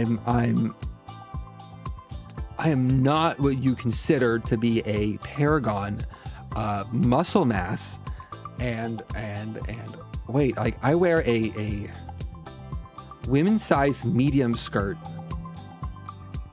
a extra large dress, I guess, because of the chest, the rib cage size. But like, I wear smalls in men's sizing. I'm not a big guy. I'm not thick. So their reaction is kind of funny because I'm like, yeah, I'm doing really good. And they're like, oh, it's so low. I'm like, what? Then I realized what it was. Sorry, I was making sure that scroll down. I realized what it was. My goals at the gym are not the same as other people's goals at the gym. A lot of guys' goals, a lot of men's goals at the gym is to gain muscle mass. Like they go for the gains. They want to like get perpetually stronger and get like bulked up and jacked and all those like other sort of masculine, manly man things. And I realized I don't want that. I don't want that. Like I think I've gained like 10 pounds, 10 pounds from going to the gym, and I'm pretty unhappy with it, to be honest. I'm like, this is too much muscle mass. I'm not really a fan of this. There's actually a little weight gain here. Because I'm like the heaviest I've been in my life, and I also don't like that. Clocking in at a thick, where's that photo go? They're clocking in at a dense 158 pounds. It's absolutely just, I spelled pounds wrong again. Why are you doing that? 158, probably like 160, 162 right now. But like at this time it was a 158. I'm just like, oh, thick boy Sanish, which is funny because like normally I'm 150. I've been 145 to 150 from age 15 to 37. And here I'm at 38 because I'm going to the gym. It's been a while. It's been a while to gain weight. In muscle mass, erase that there. But I realize my goal is not to gain muscle mass. My goal is twofold. One, I'm working out so I'm not a decrepit old man. It's an important goal. I want to be able to get out of chairs. I want to be able to put pants on. I want to be able to if I fall down, stand up. And that's kind of it. I want to be able to take my backpack in Japan without issue. That's an important one. That's kind of the extent of the goals. I'm not here to get jacked. I'm not here to get bro. Then I realized the subsidiary goal. Haha, got it. Subsidiary goal is the to achieve that Tumblr sexy man build. I got the shag wolf cut going. We get that. See, I need a little bit of muscle strength there, and I'll be set. All the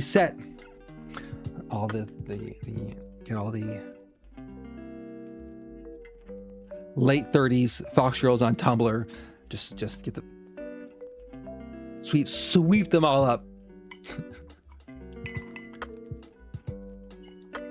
It's a noble goal. It's a noble goal. Except for the part where I'm not actually wanting to date in any way, shape, or form. I just want the attention. Deep shame. This one, here it is. Here it is. Slide. So that was the gym. So let's see. We talked about where we new slides, so we don't get yelled at. We talked about HOA, crank shacks. We talked about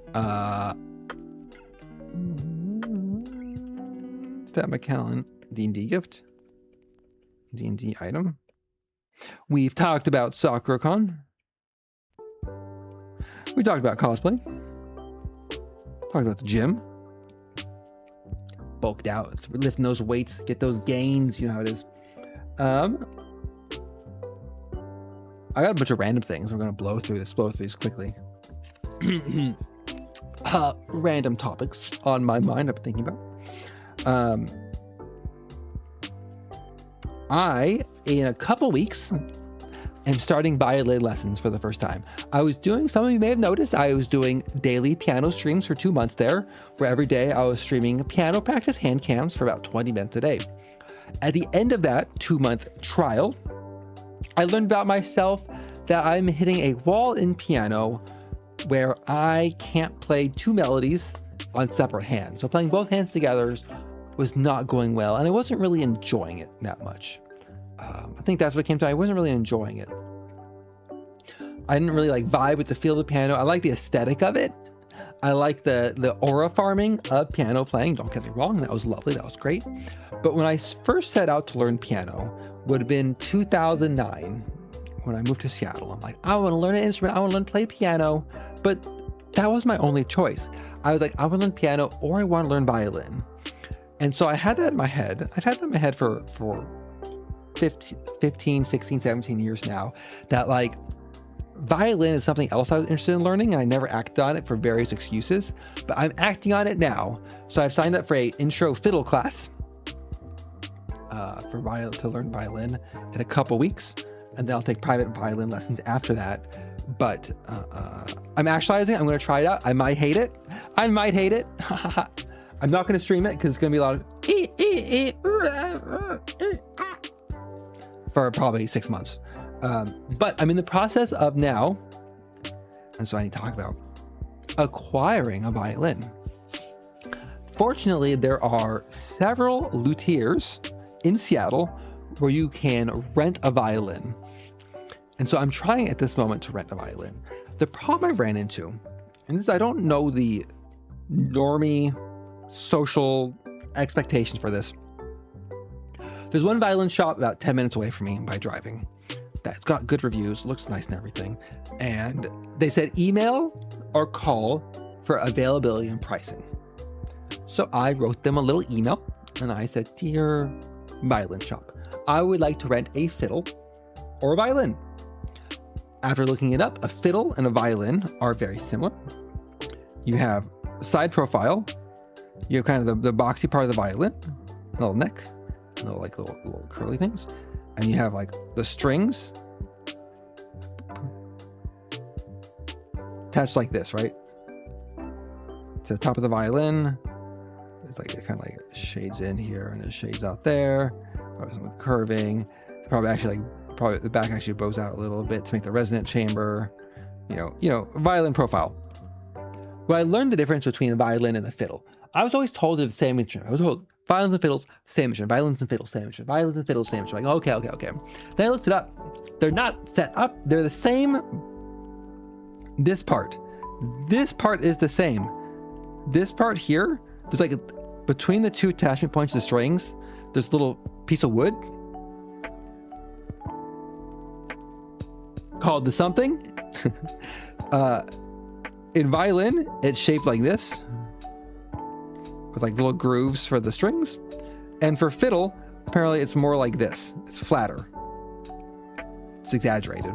Because in violin, you want to play the notes individually, while in fiddle, you tend to smear your notes together a bit more. And so fiddles also play with like a looser bowstring than a violin. So I learned this all like Monday, so I'm very excited for having new knowledge about things. So I emailed the violin shop saying I would like to rent a fiddle, if it's possible, to get the little board thing done. Also, what can be done to mitigate noise so I can practice in my condo without having my neighbors murder me. And there's something called a mute, which clips onto this board. It's like a big piece of rubber that clamps on to this board here. It doesn't touch the strings. It just clamps onto the board to prevent it from resonating in the resonant cavity. Great, wonderful. I read though they can damage the actual violin. So I'm like, aha. I asked the violin person, I'm like, can you get these things without, on your rentals, are you okay using mutes for practicing some of the time? Sent that email off. I expected to hear back within the day, and I was hoping to, like today, go to a violin shop to get myself a violin. They never responded, and I'm sitting here like, I don't want to call. I hate phone calls. I'm a millennial. I hate phone calls. What is the socially polite distance to wait before either A, following up, or B, contacting a different violin shop and asking them the same question to see if they respond faster? And I think I'm going to email them tomorrow, a different shop that's 10 minutes farther away, or 5 minutes farther away, I guess, and being like, here's the same questions, the same thing. Will you rent me a fiddle at a reasonable price? I want to practice to learn. So that's my current journey of, I don't know the social norms, and what gives me social anxiety is going into new scenarios, new things where I don't know the expectation or the words to use or the jargon, or like, how do you go to a violin store to rent an instrument? Like, what does that interaction look like? How does that play out? So I love social anxiety about new things, going to new places. And this is all new, completely brand new to me. So I'm just like, not that bad, but in my head, I'm like that. And so I'm trying to work through this. So I have 2 weeks to get myself a violin. And I want to get a good one. I don't want to buy a shitty violin off Amazon for $200 to show up to this lesson, have the teacher look at me and be like, pathetic, and then kick me out. So that's my current journey for instruments is I need to rent a violin or a fiddle. I don't care at this point. Just respond to my email. Rude. I'm used to work with people respond in the day, so it's kind of always like, it's always.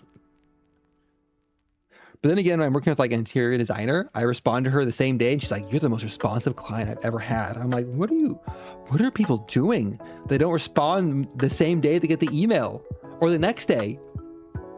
Do you just like let it sit there? Do you only check your email every other day? How do you live like that? How do you live like that? I'm checking everything all the goddamn time. My email's open right now in the background. It's not actually open because I don't want to dox myself, but it might be open in the background. So violin. Let me. I'm not going to play because I don't want to get copyright struck. But if you ever want to know why I want to play the violin, one of the first CDs, I think the first CD, I have a very, very, very strong memory of hearing one particular violin solo as a kid, and that has stuck with me for decades, is Leahy B minor. This fiddle song probably has the most influence on like my desire to play violin, more so than anything else out there. I just have a very distinct memory of where I first heard the song. It was like a hot summer night. I was in the back seat of my dad and his friend were driving somewhere, and I was with them. My dad's friend had a convertible powder blue VW Bug, the modern version. I was in the back seat. We were driving through the hills of Sonoma County on the way to back road to Alexander Valley. We had oak trees overhead, bright stars above, hot summer night, playing this song, and I was just like looking up in the back seat at the stars as like the trees passed overhead, and it's a deeply ingrained memory in me. And then I bought the CD, and it was like one of the first CDs I bought. It's not even on streaming service for the CD. And this is the song probably why I want to learn violin. So that's my answer. If my teacher asked if I want violin, like, or fiddle, that's where it is. Also, I just like fiddle songs. I like jigs. I like the Irish folk songs, the Scottish folk songs, and kind of like that vibe. The Devil Came Down to Georgia. Like, I like all that feel, that vibe, that energy of the music. And that's another reason, like, oh, I just like what it sounds like. So I'm excited to learn. It will take like a year before I can play anything that's not absolute hot trash. Hence the desire to get a mute, so I don't have my neighbors murder me. Will I stream fiddle? No. Maybe. I think there's one VTuber. She does actual violin streams in 3D, I think. But I think she's like classically trained, and I am whatever the opposite of classically trained. I am unclassically untrained. That phrase is not going to stick around. That's one hobby I've been up to. Sometimes we're going to what hobbies I've been up to.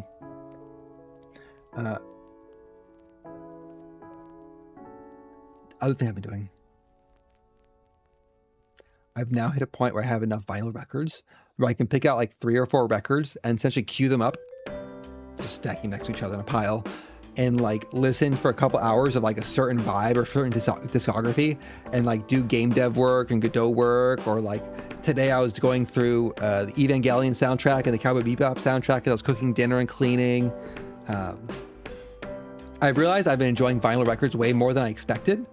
And I think part of it is that like you commit to an album and you commit to a mood and you commit to a vibe. And there's no like technology involved. There's no streaming servers. There's no servers or internet. No one is tracking how often you're playing Leve's A Matter of Time album.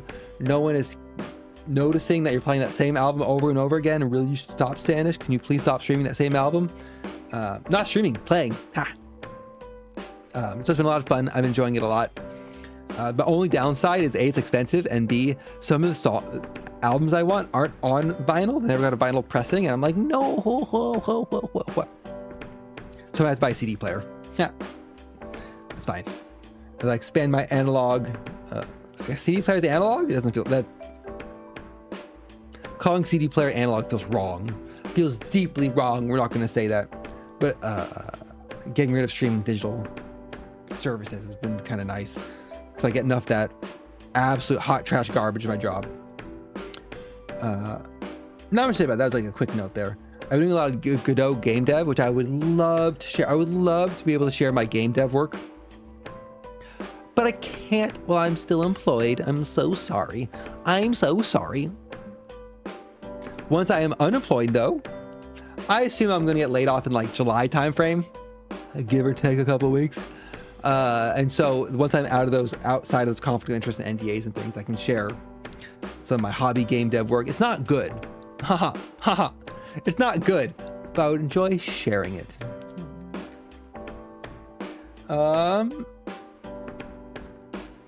That's mostly it for my chatting list here. Goodbye, chatting list. Huck you to the side until I have to redo you again in the future.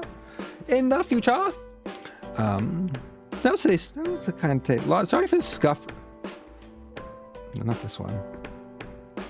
Yeah, there we go. Sorry for the earlier scuff on the old everything. Took a lot out of me. Lately, my friend wanted me to cancel stream today and just stream Windrose with him instead. I might do a Windrose stream next week. I've been doing Tower of Mask, which I'm probably going to finish on Sunday, which is been a fun dungeon crawler game. I've just finished like 3 months of Baldur's Gate 3, 4 months of Baldur's Gate 3, 5 months of Baldur's Gate 3, and I'm like, I've learned a lesson about myself. And that lesson is, I don't want to stream narrative RPGs. I love playing narrative RPGs. I don't want to stream games that have a lot of dialogue in them. I don't find it fun to stream dialogue. I don't find it fun to watch cutscenes. So I need to not stream games that have those, because I don't enjoy streaming them. That's my lesson and takeaway from Baldur's Gate 3. Hello, Otmata. I'm sorry chat's not showing up on stream. My streamer bot broke. It's life. It's life. Streamer bot breaks sometimes, so you only get one chat on stream. And I chose YouTube, casting Twitch to the wayside. So Baldur's Gate 3 taught me no more narrative games for streams. Doing Tower God. My queue for games I also have coming up. Windrose probably. And I need to decide what else. I was about to say some things, but I'm not confident. I really want to get back into like a factory game of some sort, and I don't know if I want to do Timberborn, Factorio Space Age, or Space, whatever it's called, or something else. There's one, oh, you know what came out? It's called like Rome Nava or something? No, not you. Oh my God. I just installed it. There was like a $5. Am I tracking his buns? Oh no. Oh no. My tracking's fine on my my end. I can look at that. Nova Roma, that's the one. There was like a little city builder game built. Oh shit. 10 years ago? No. That's deeply upsetting if that's true. Kingdoms and Castle. I was living in Kirkland. 2017, 9 years ago. Okay, I feel better. 9 years ago. Called Kingdoms and Castles, which is kind of like a little silly little city builder-esque game. They made a new one called Nava Roma, which is, as you might guess from the name, set in Rome. So I might do that to get my like city builder factory game fix out on stream instead of committing to Factorio, because Factorio will consume me. It will consume me entire. and I'll have a bunch of bonus streams as I want to play more Factorio. I'll want to think about Factorio. Oh, I've played a lot of Stardew Valley. I played, okay, I take it back. I've not played a lot of Stardew. I've started Stardew Valley quite a lot back in 2016, 2017. I played recently with friends. I've never made it to year 3. I've always stopped at year 2. And there's so much new content. My God, there's so much content in Stardew Valley. I guess my one Stardew Valley fun fact is I briefly worked with one of the devs who got one of the devs I worked with previously worked on Stardew Valley to help with their netcode. My fun Stardew Valley thing. And also Eric Barone lives like 3 miles away from me, 4 miles away. How far away is that? Is he in Finney Ridge? Is he in Capitol Hill? 5 miles away at most. So my challenge with Rust is I don't like the server wipe. I don't like the server wipe mechanic. I don't like all your stuff is vulnerable when you're offline. I don't like the other players aspect of it. It's why I'm liking Windrose is because it's you're playing with your friends on a private server. It's like Valheim. I like playing with my friends on a private server. I don't like the PvP antagonism from strangers. I want all my PvP antagonism to be from my cherished friends. Like you dig a death pit. Oh, by the way, if you're playing Windrose, you can dig death pits. Essentially, if you're near the coast, just dig straight down and the walls are too steep to climb out. And if there's water in it, your friend will fall into it and drown. Good times, good times. Highly recommend it. If you're not building death pits for your friends, what are you doing? Which I guess that is probably, that's probably why we have these HOA rules. I think it's the, oh God, where is it? Oh, no experience murders. The no experience murder rule on this HOA board, so that's row 4, column 5, was because my friend kept building murder experiences where he was like, oh, come over here, and then he'd kill us. I tried Minecraft again about 3 months ago, actually. And, oh, wrong picture. God, I don't know, like, I started, I played, I built a cherry blossom house. My friend made an experience murder adventure minecart ride. And then we were kind of done. We got all we wanted. I built a house, I made some armor, I enchanted some things, went to the nether briefly. My friend made a minecart that dropped straight into the deep dark, into a bunch of, what are they called, snugglers or something, snufflers. And then you got murdered, and then you died. And that was a great experience. We just kind of like, we're like, yep, we did what we wanted. We brushed our hands off and we moved on. So the hardcore world of Minecraft, I don't know. I have a love-hate relationship with Minecraft because I did work there. So I have worked on Minecraft. And so I'm kind of like deep love-hate relationship with it.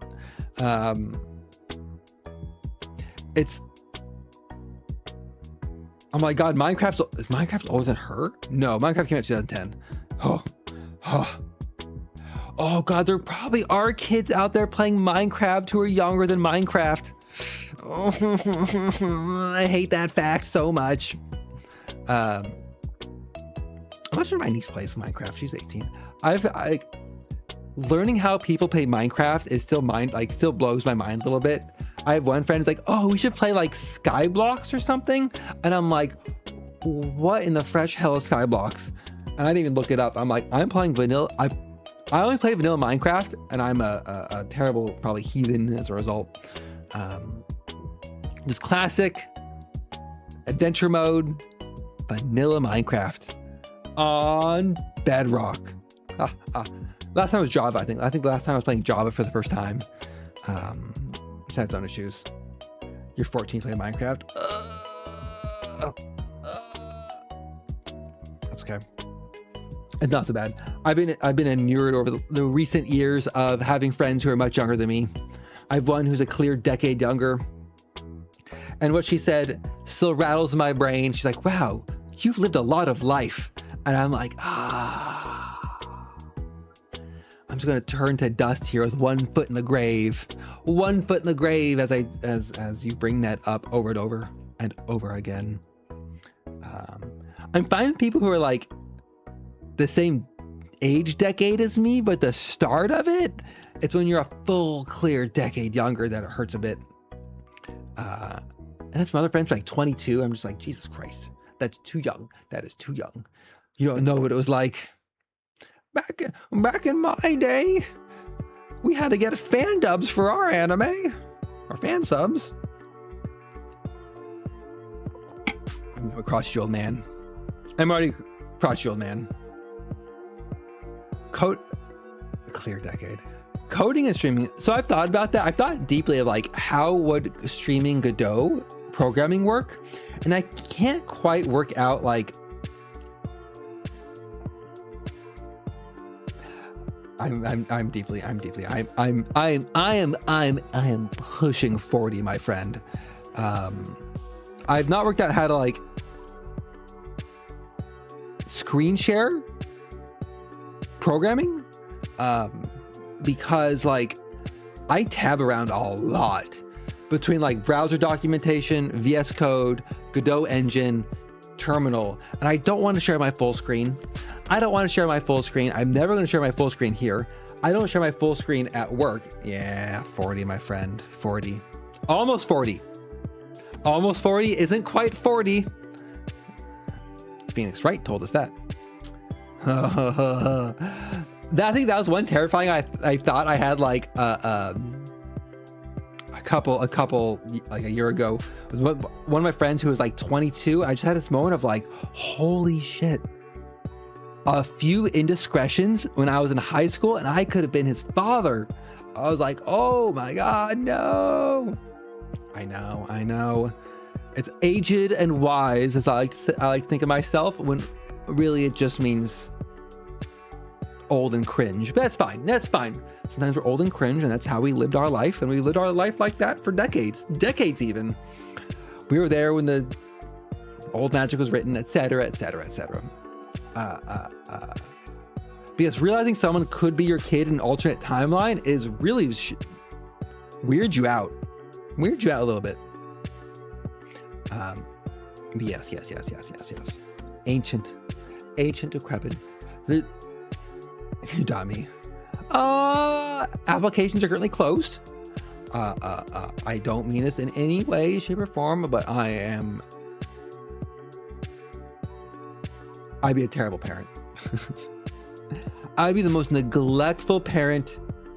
The dinos are pretty good. More feathers than you expected. Also, the Velociraptor's smaller than you expected. They got kind of blown up and overhyped over the years. The meteor that killed them all was hard to dodge. But we had our large Chrysler steel frame cars that helped us get through that tough time. It did raise gas prices briefly, and the gas prices sank because we have all the fresh dinosaurs to harvest for gasoline. And then we had the whole like KT boundary issue and like all these things, the Missoula floods, and it's rough. Oh God, being the parent would be rough. I've had this like, I have a 14-year-old niece, and I've had this like, this has crossed my mind. It's like, what if a tragedy befalls her mom, her father, and then like my parents, and I'm like the next of kin who has to then take care of this teenage girl, and I wouldn't know what to do. How, like, I would be like absolutely flabbergasted. It's hard enough to buy gifts for a teenager. Like every year, I'm like, okay, Sanish, you need to take a gift out for your teenage niece who you don't talk to. I don't talk to my niece. She lives across the country. I've talked to her 3 years ago, briefly at a family event. I want to be a good uncle. I want to be a weird uncle, an estranged uncle. Like, what do you get gifts for kids? When she was like 4, it was easy. You Google, what's a good gift for a 4-year-old? What do you get a 15-year-old? Hot Topic gift cards? I don't know, man. I don't know. Hot Topic gift card gets you clothes. I would in no way buy actual clothes. I'd get like I'm in the gift card era for my niece. So I'm like, I don't know what you want. I don't know what you need. I don't know anything about that. Enjoy your gift card, my child. When I was growing up, my uncles would get me lottery tickets. I gotta say, when you are 13 years old, a scratch off lottery ticket, A+ gift, A+ gift. Introduce those kids to gambling. Get them in that cycle. They'll grow up and they become gotcha players. You don't know how this is going to end up. But the problem is she's in a different state, so I can't get lottery tickets easily. It's a real shame. It's a real shame. I know, right? Part of it is like her whole life growing up until like 9 or 10, I was pushing, because her dad's in construction, her mom is in something. I don't know. Their parents aren't together anymore. I was pushing, and she's in Georgia. So I kept giving her science and engineering and math related gifts for like years. I kept being like, here's a science toy. Here's a math book for kids. Here's about women in science book. Haha. Don't you want to come join the science side of things? Not whatever your parents are doing. And then that worked for a while. I know she was into Switch for a while, so I was getting her eShop gift cards, and then like, fantasy books. I was getting her fantasy sci-fi books.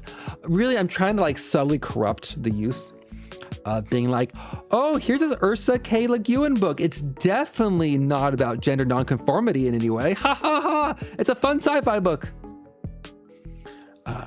Kind of like slowly working that in, like, oh, here's this lovely book. It's about wizards and dragons, and they're gonna fuck the dragon, and about wizards, and just slide that over. Good times. That's how you corrupt the youth. Something their parents won't notice, but they'll kids will be reading it and be like, did my uncle just get me this book? And are they hooking up with that dragon? And you're just like, hell yeah.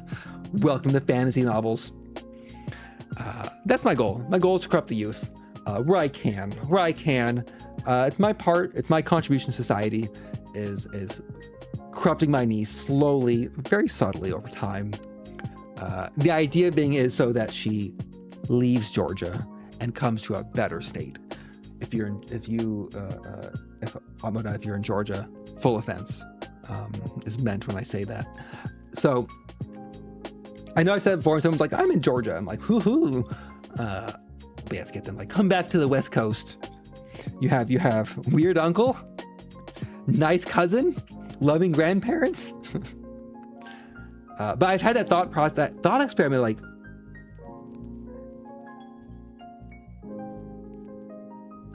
oh no, yeah. No adopting. Also, kids are expensive. That's the other thing I think about is like I live in a 750-foot condo. If I have to take care of a kid, where are they gonna go? I can't afford a bigger place unless I move to like Podunk, King County, and that's not happening.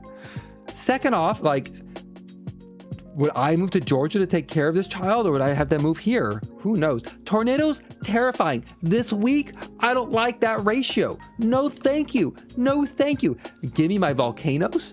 Give me my deathly earthquakes.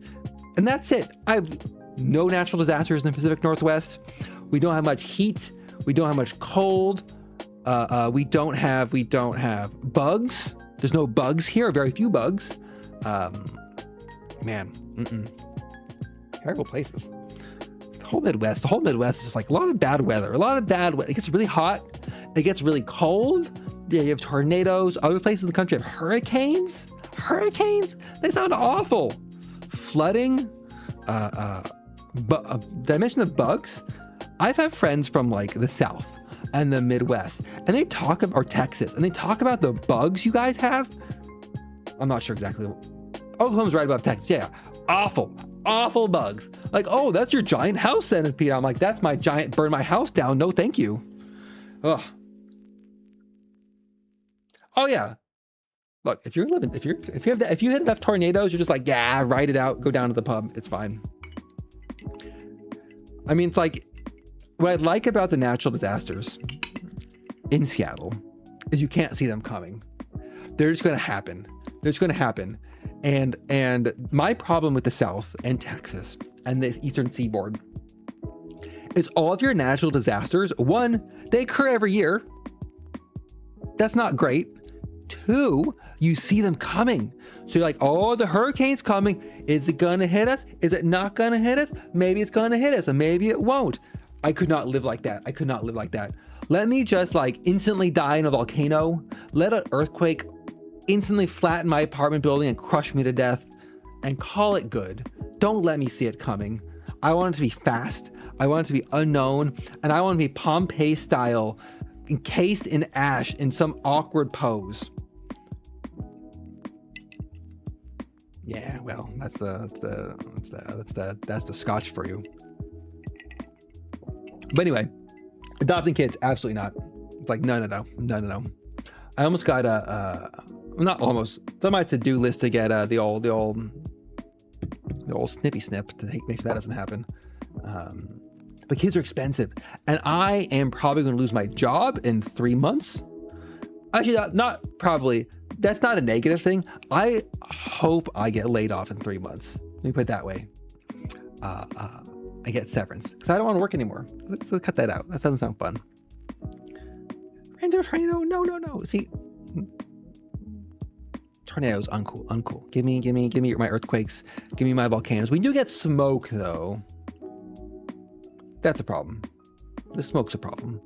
And heat waves, it might get up to 90 degrees. Oh, too hot, 90 degrees. Or might have a really cold winter and it's going to get down to like 28. Oh, there's no way I'm ever going to have a baby in my life. I've had friends who've had babies and I never saw them again. It's like they died. They're like, we're having a baby. I'm like, bye. I'll see you never. Talk to me in 18 years and that baby's gone. Dimitodo, if you're watching this, I know you're going to have a kid. It'll be different for you. I swear it'll be different for you.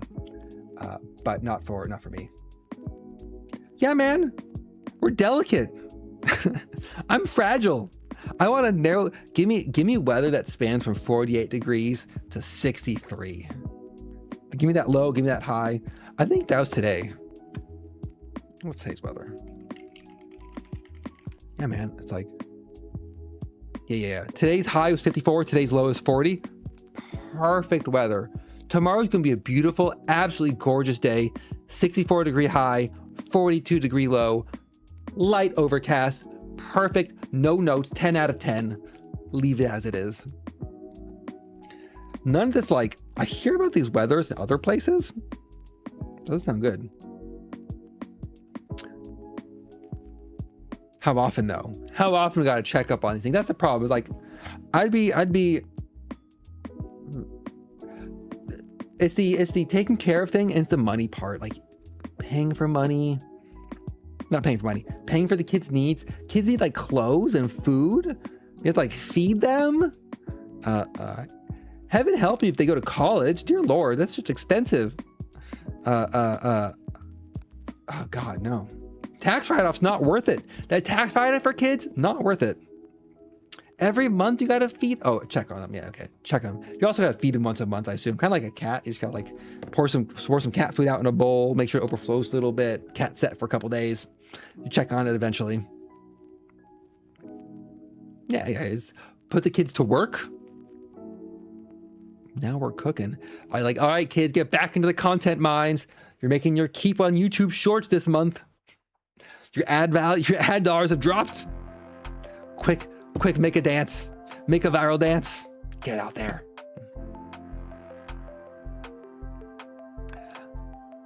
I think I would give great advice as a father. No, I'd give great advice as an uncle. Firmly as an uncle, because half of it would be good advice and half of it would be notably bad advice to annoy the parents. Like, yes, you do want to get a beginner's drum set. Let me buy you a drum set to learn on, child.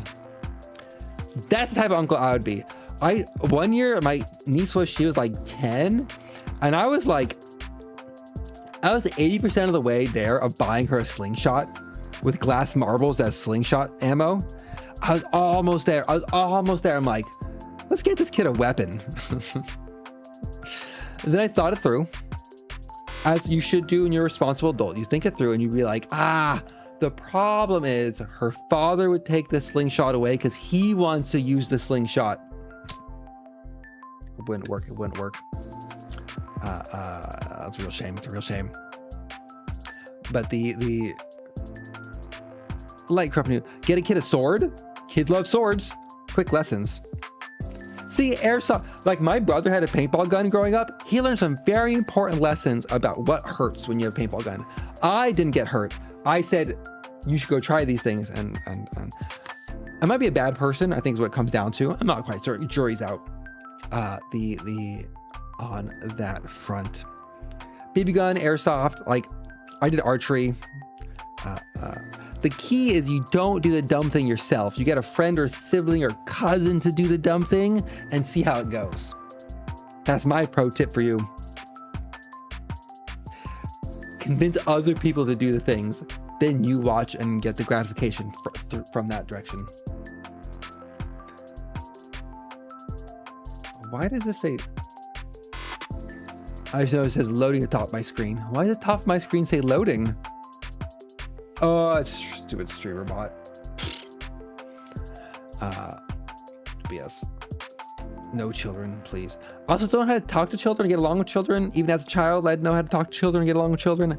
Awful being a child. I don't recommend it. In the head. Well, depends how far you were. One of my brothers and his friends were like, "What? How does a paintball feel like shot at point blank?" They learned that lesson real quick. It turns out, hurts a lot. And there's a lot of lessons you learn growing up about what hurts a little bit and what hurts a lot of bit. And then you become an adult and you learn there's other things that hurt even more. Not like emotional things, but like physically painful. Taking a shot with the airsoft gun is pretty good. It's on the out. Honestly, my stream, look, if you go injure yourself, I said nothing. I was talking about my own personal experiences, no legal liabilities. It's fine.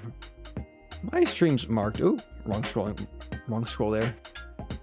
I keep forgetting this window's being screen captured. There's my mouse. Look at my stupid streamer bot broke. I think my streams are marked.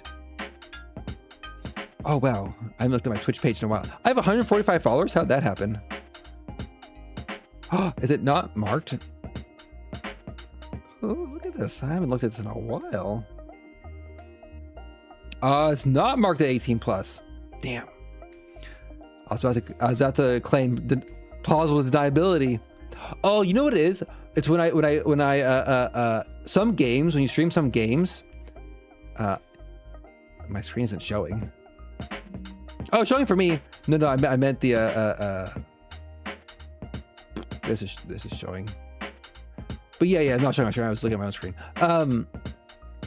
Some games, when you click and you set your stream to be like Baldur's Gate 3, it auto sets your stream as 18 plus. I have no idea what that does on the Twitch side.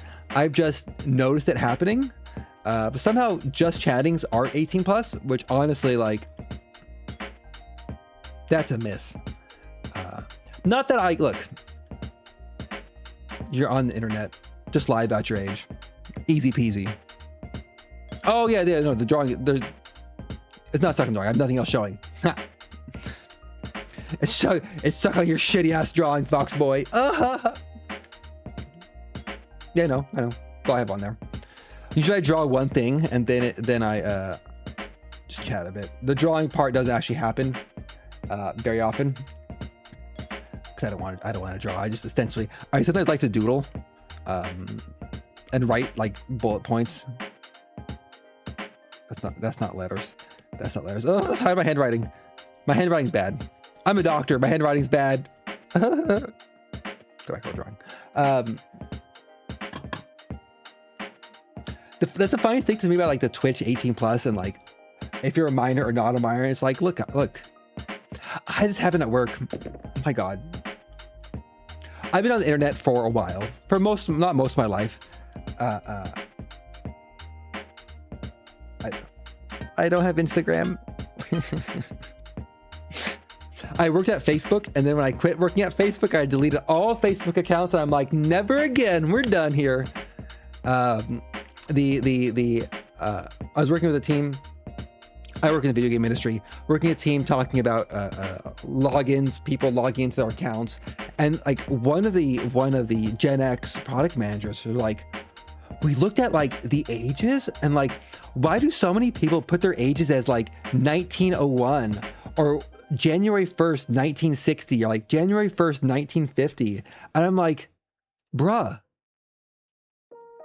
people lie about their age on the internet, my friend.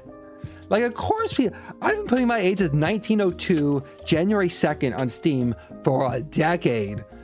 Do I need to? No. Do I want to mess with somebody? Yes. But like, we've all been lying about our age on the internet for like forever. I remember being like, what have been 12? Going to AOL, being like, are you 18 plus? And you're just like, yes. And you click the I'm 18 plus button and you log on the internet. It's like, just lie about your age, man. It's fine. No one cares. I mean, a lot of people care, blah, blah, blah, blah, blah. But like, I did it. I still do it. I unnecessarily lie about my age on the internet. Not to like, I'm like, oh, I'm an 18-year-old, 18F California. Not like that sort of lying, but like 1901, 1945, 1953. Oh wow, I got auto modded. I'll allow that, I don't care. Yeah. Like there's the safety aspect, which is very important to consider as a safety aspect. Keep that in mind, blah, blah, blah. But we're like some dumbass website asking if you're 18 plus. You're just like, sure, whatever, man. It's fine, I don't care. It's rite of passage to like lie about your age. It gets weird though when there's like a huge age gap and they're asking you to meet in person and they're predatory. That's messed up. That's what you get when you play Roblox. Don't play Roblox, kids. It's messed up. Nothing else to draw. I'm just gonna here's some drawing. Here's some drawing action. And anything else on this list here? That's about it. Let me draw a windrose picture. Here's some water. Some water going. Got our boat. We got our cannons on it. Oh, it's a beautiful boat. I think there's 3 sails. I haven't looked. Blue sky. I'm on blue sky. Down that little link. Down the link like down like right about there. I think blue sky is my only public facing social media. That's a shitty ass arrow. Oh, my shitty ass arrow. I think right there. Check it. Yeah, blue sky. Yeah. Blue sky. Twitch DMs. I don't think support images. I don't even know how those work. Blue sky is the only one I use. It should be frozen. It's just. I have it open right here. Let me see if that link works. Ha! The link works. Look at that. Oh man, if you draw me, tag me, post it on Blue Sky. I'll post it anywhere. But Blue Sky is the only one I have that's public. I don't have I have no social media presence. I have a LinkedIn I maintain for work that I can't wait till I get rid of. I have Discord for just my friends, which I don't associate with streaming. I have email. Blue Sky. That's my list. I went through and I deleted all my social media as 1, to distance myself from my ex-wife. 2, I worked at Facebook and I was done with that company. 3, I know. I deleted a bunch of them. I wasn't using them. I think I have a Flickr account still. But it's under my government name, so I'm not going to share that. I had an Instagram account. I don't think I ever had a Snapchat account. For a VTuber, I'm very much a social media pariah, where I'm just like, no social media, please. It's doesn't bring me joy in my life, and so I'm like, I do not need that content. Thank you very much. I've essentially gotten rid of oh, as long as she's my age, that's fine. I know there's like a handful of VTubers who are in their 30s. There's some older. There's a couple of guy VTubers in their older age I know about. There's some whose age I've roughly guessed based on what they've said as being older, but there's a lot. It's always so strange for me to be like, you listen to a VTuber or someone talking about VTubing and they're like, and I'm in college, and you're just like, what? So much younger. But it makes sense. That's what, like, VTubing's not a really big thing among the older generations. I treat it most like a vlog and it's more like a playing video games on the couch with your cousin who you're not letting share the controller. Did a lot of that. G-Tag Viking dude. What's the G-Tag Viking dude? Thinking. Gorilla Tag. I think I've heard of that. I'm very much like out of the loop and not I'll just say this with it. Wrong tab. I wonder if that showed up. Probably did. Oh, that was the streamer bot.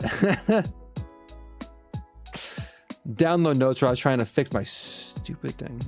I lost my, there it is. Lost my Switch chat. I found it back. I found it. There's Windrose. This is my picture of playing Windrose. We got the ship. My ship is called it. And then we got my friendship here. We found out you can your crew can sing sea shanties, and you can hear your when your compatriots nearby boats are singing sea shanties. Oh, you got a little steering wheel in the back. They can hear you, and then pirate hat. That's a shitty pirate hat.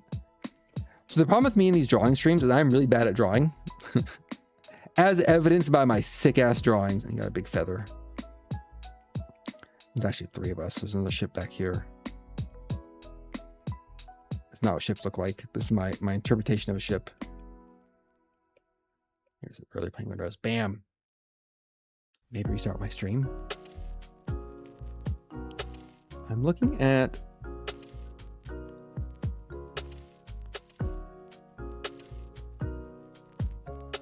It's moving. It's moving.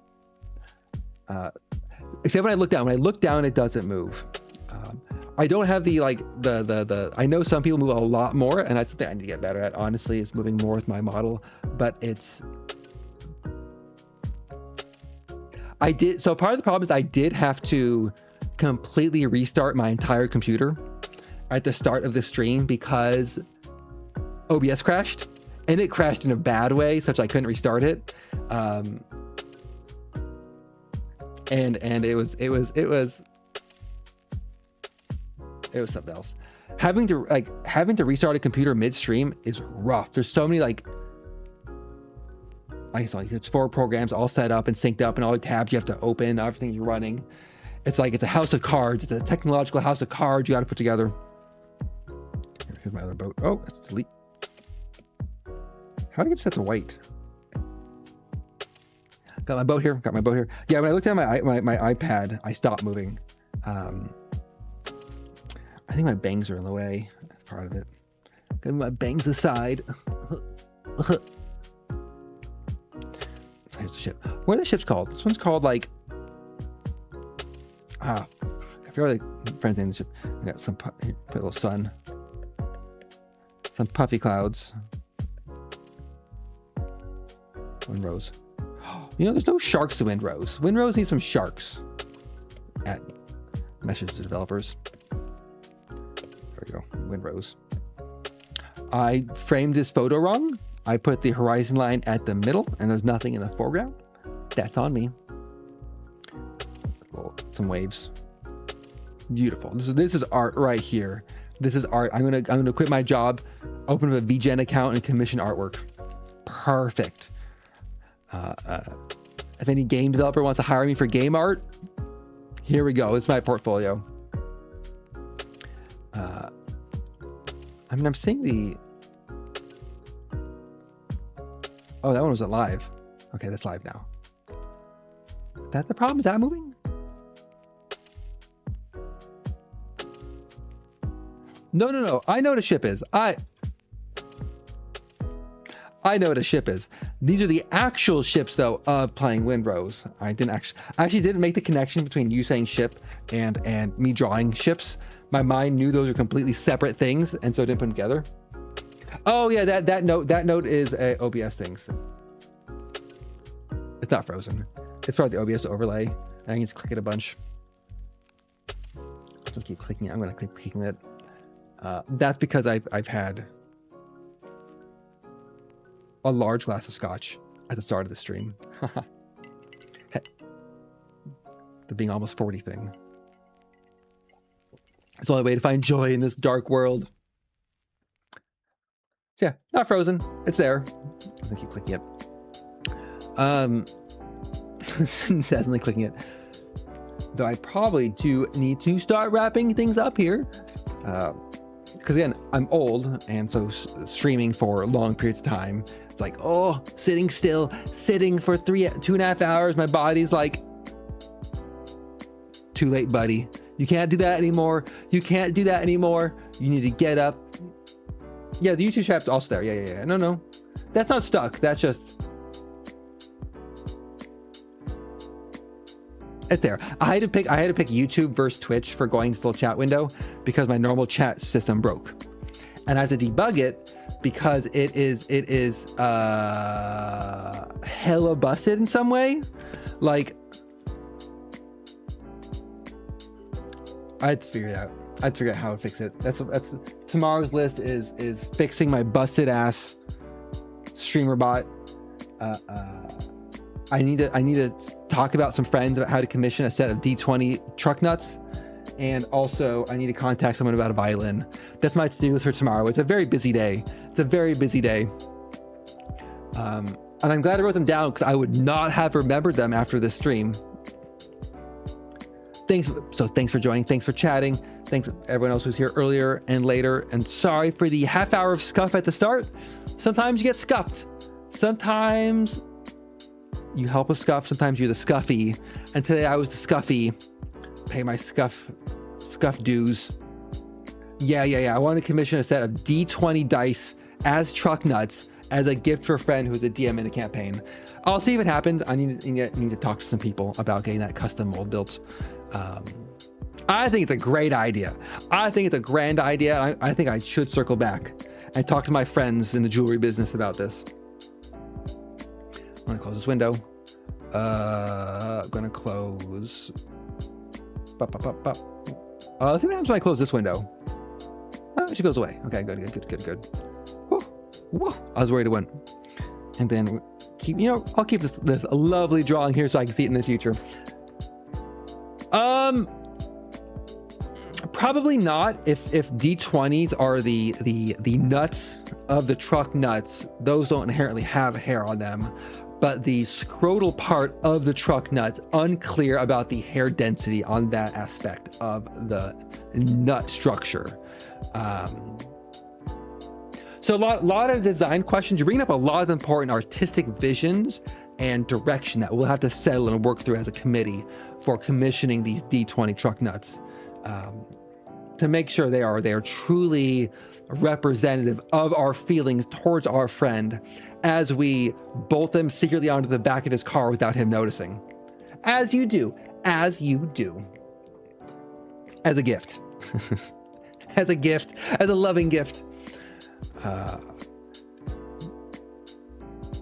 That's presumably, I mean, okay, you're asking a very fundamental, wait a second, why is my window being captured?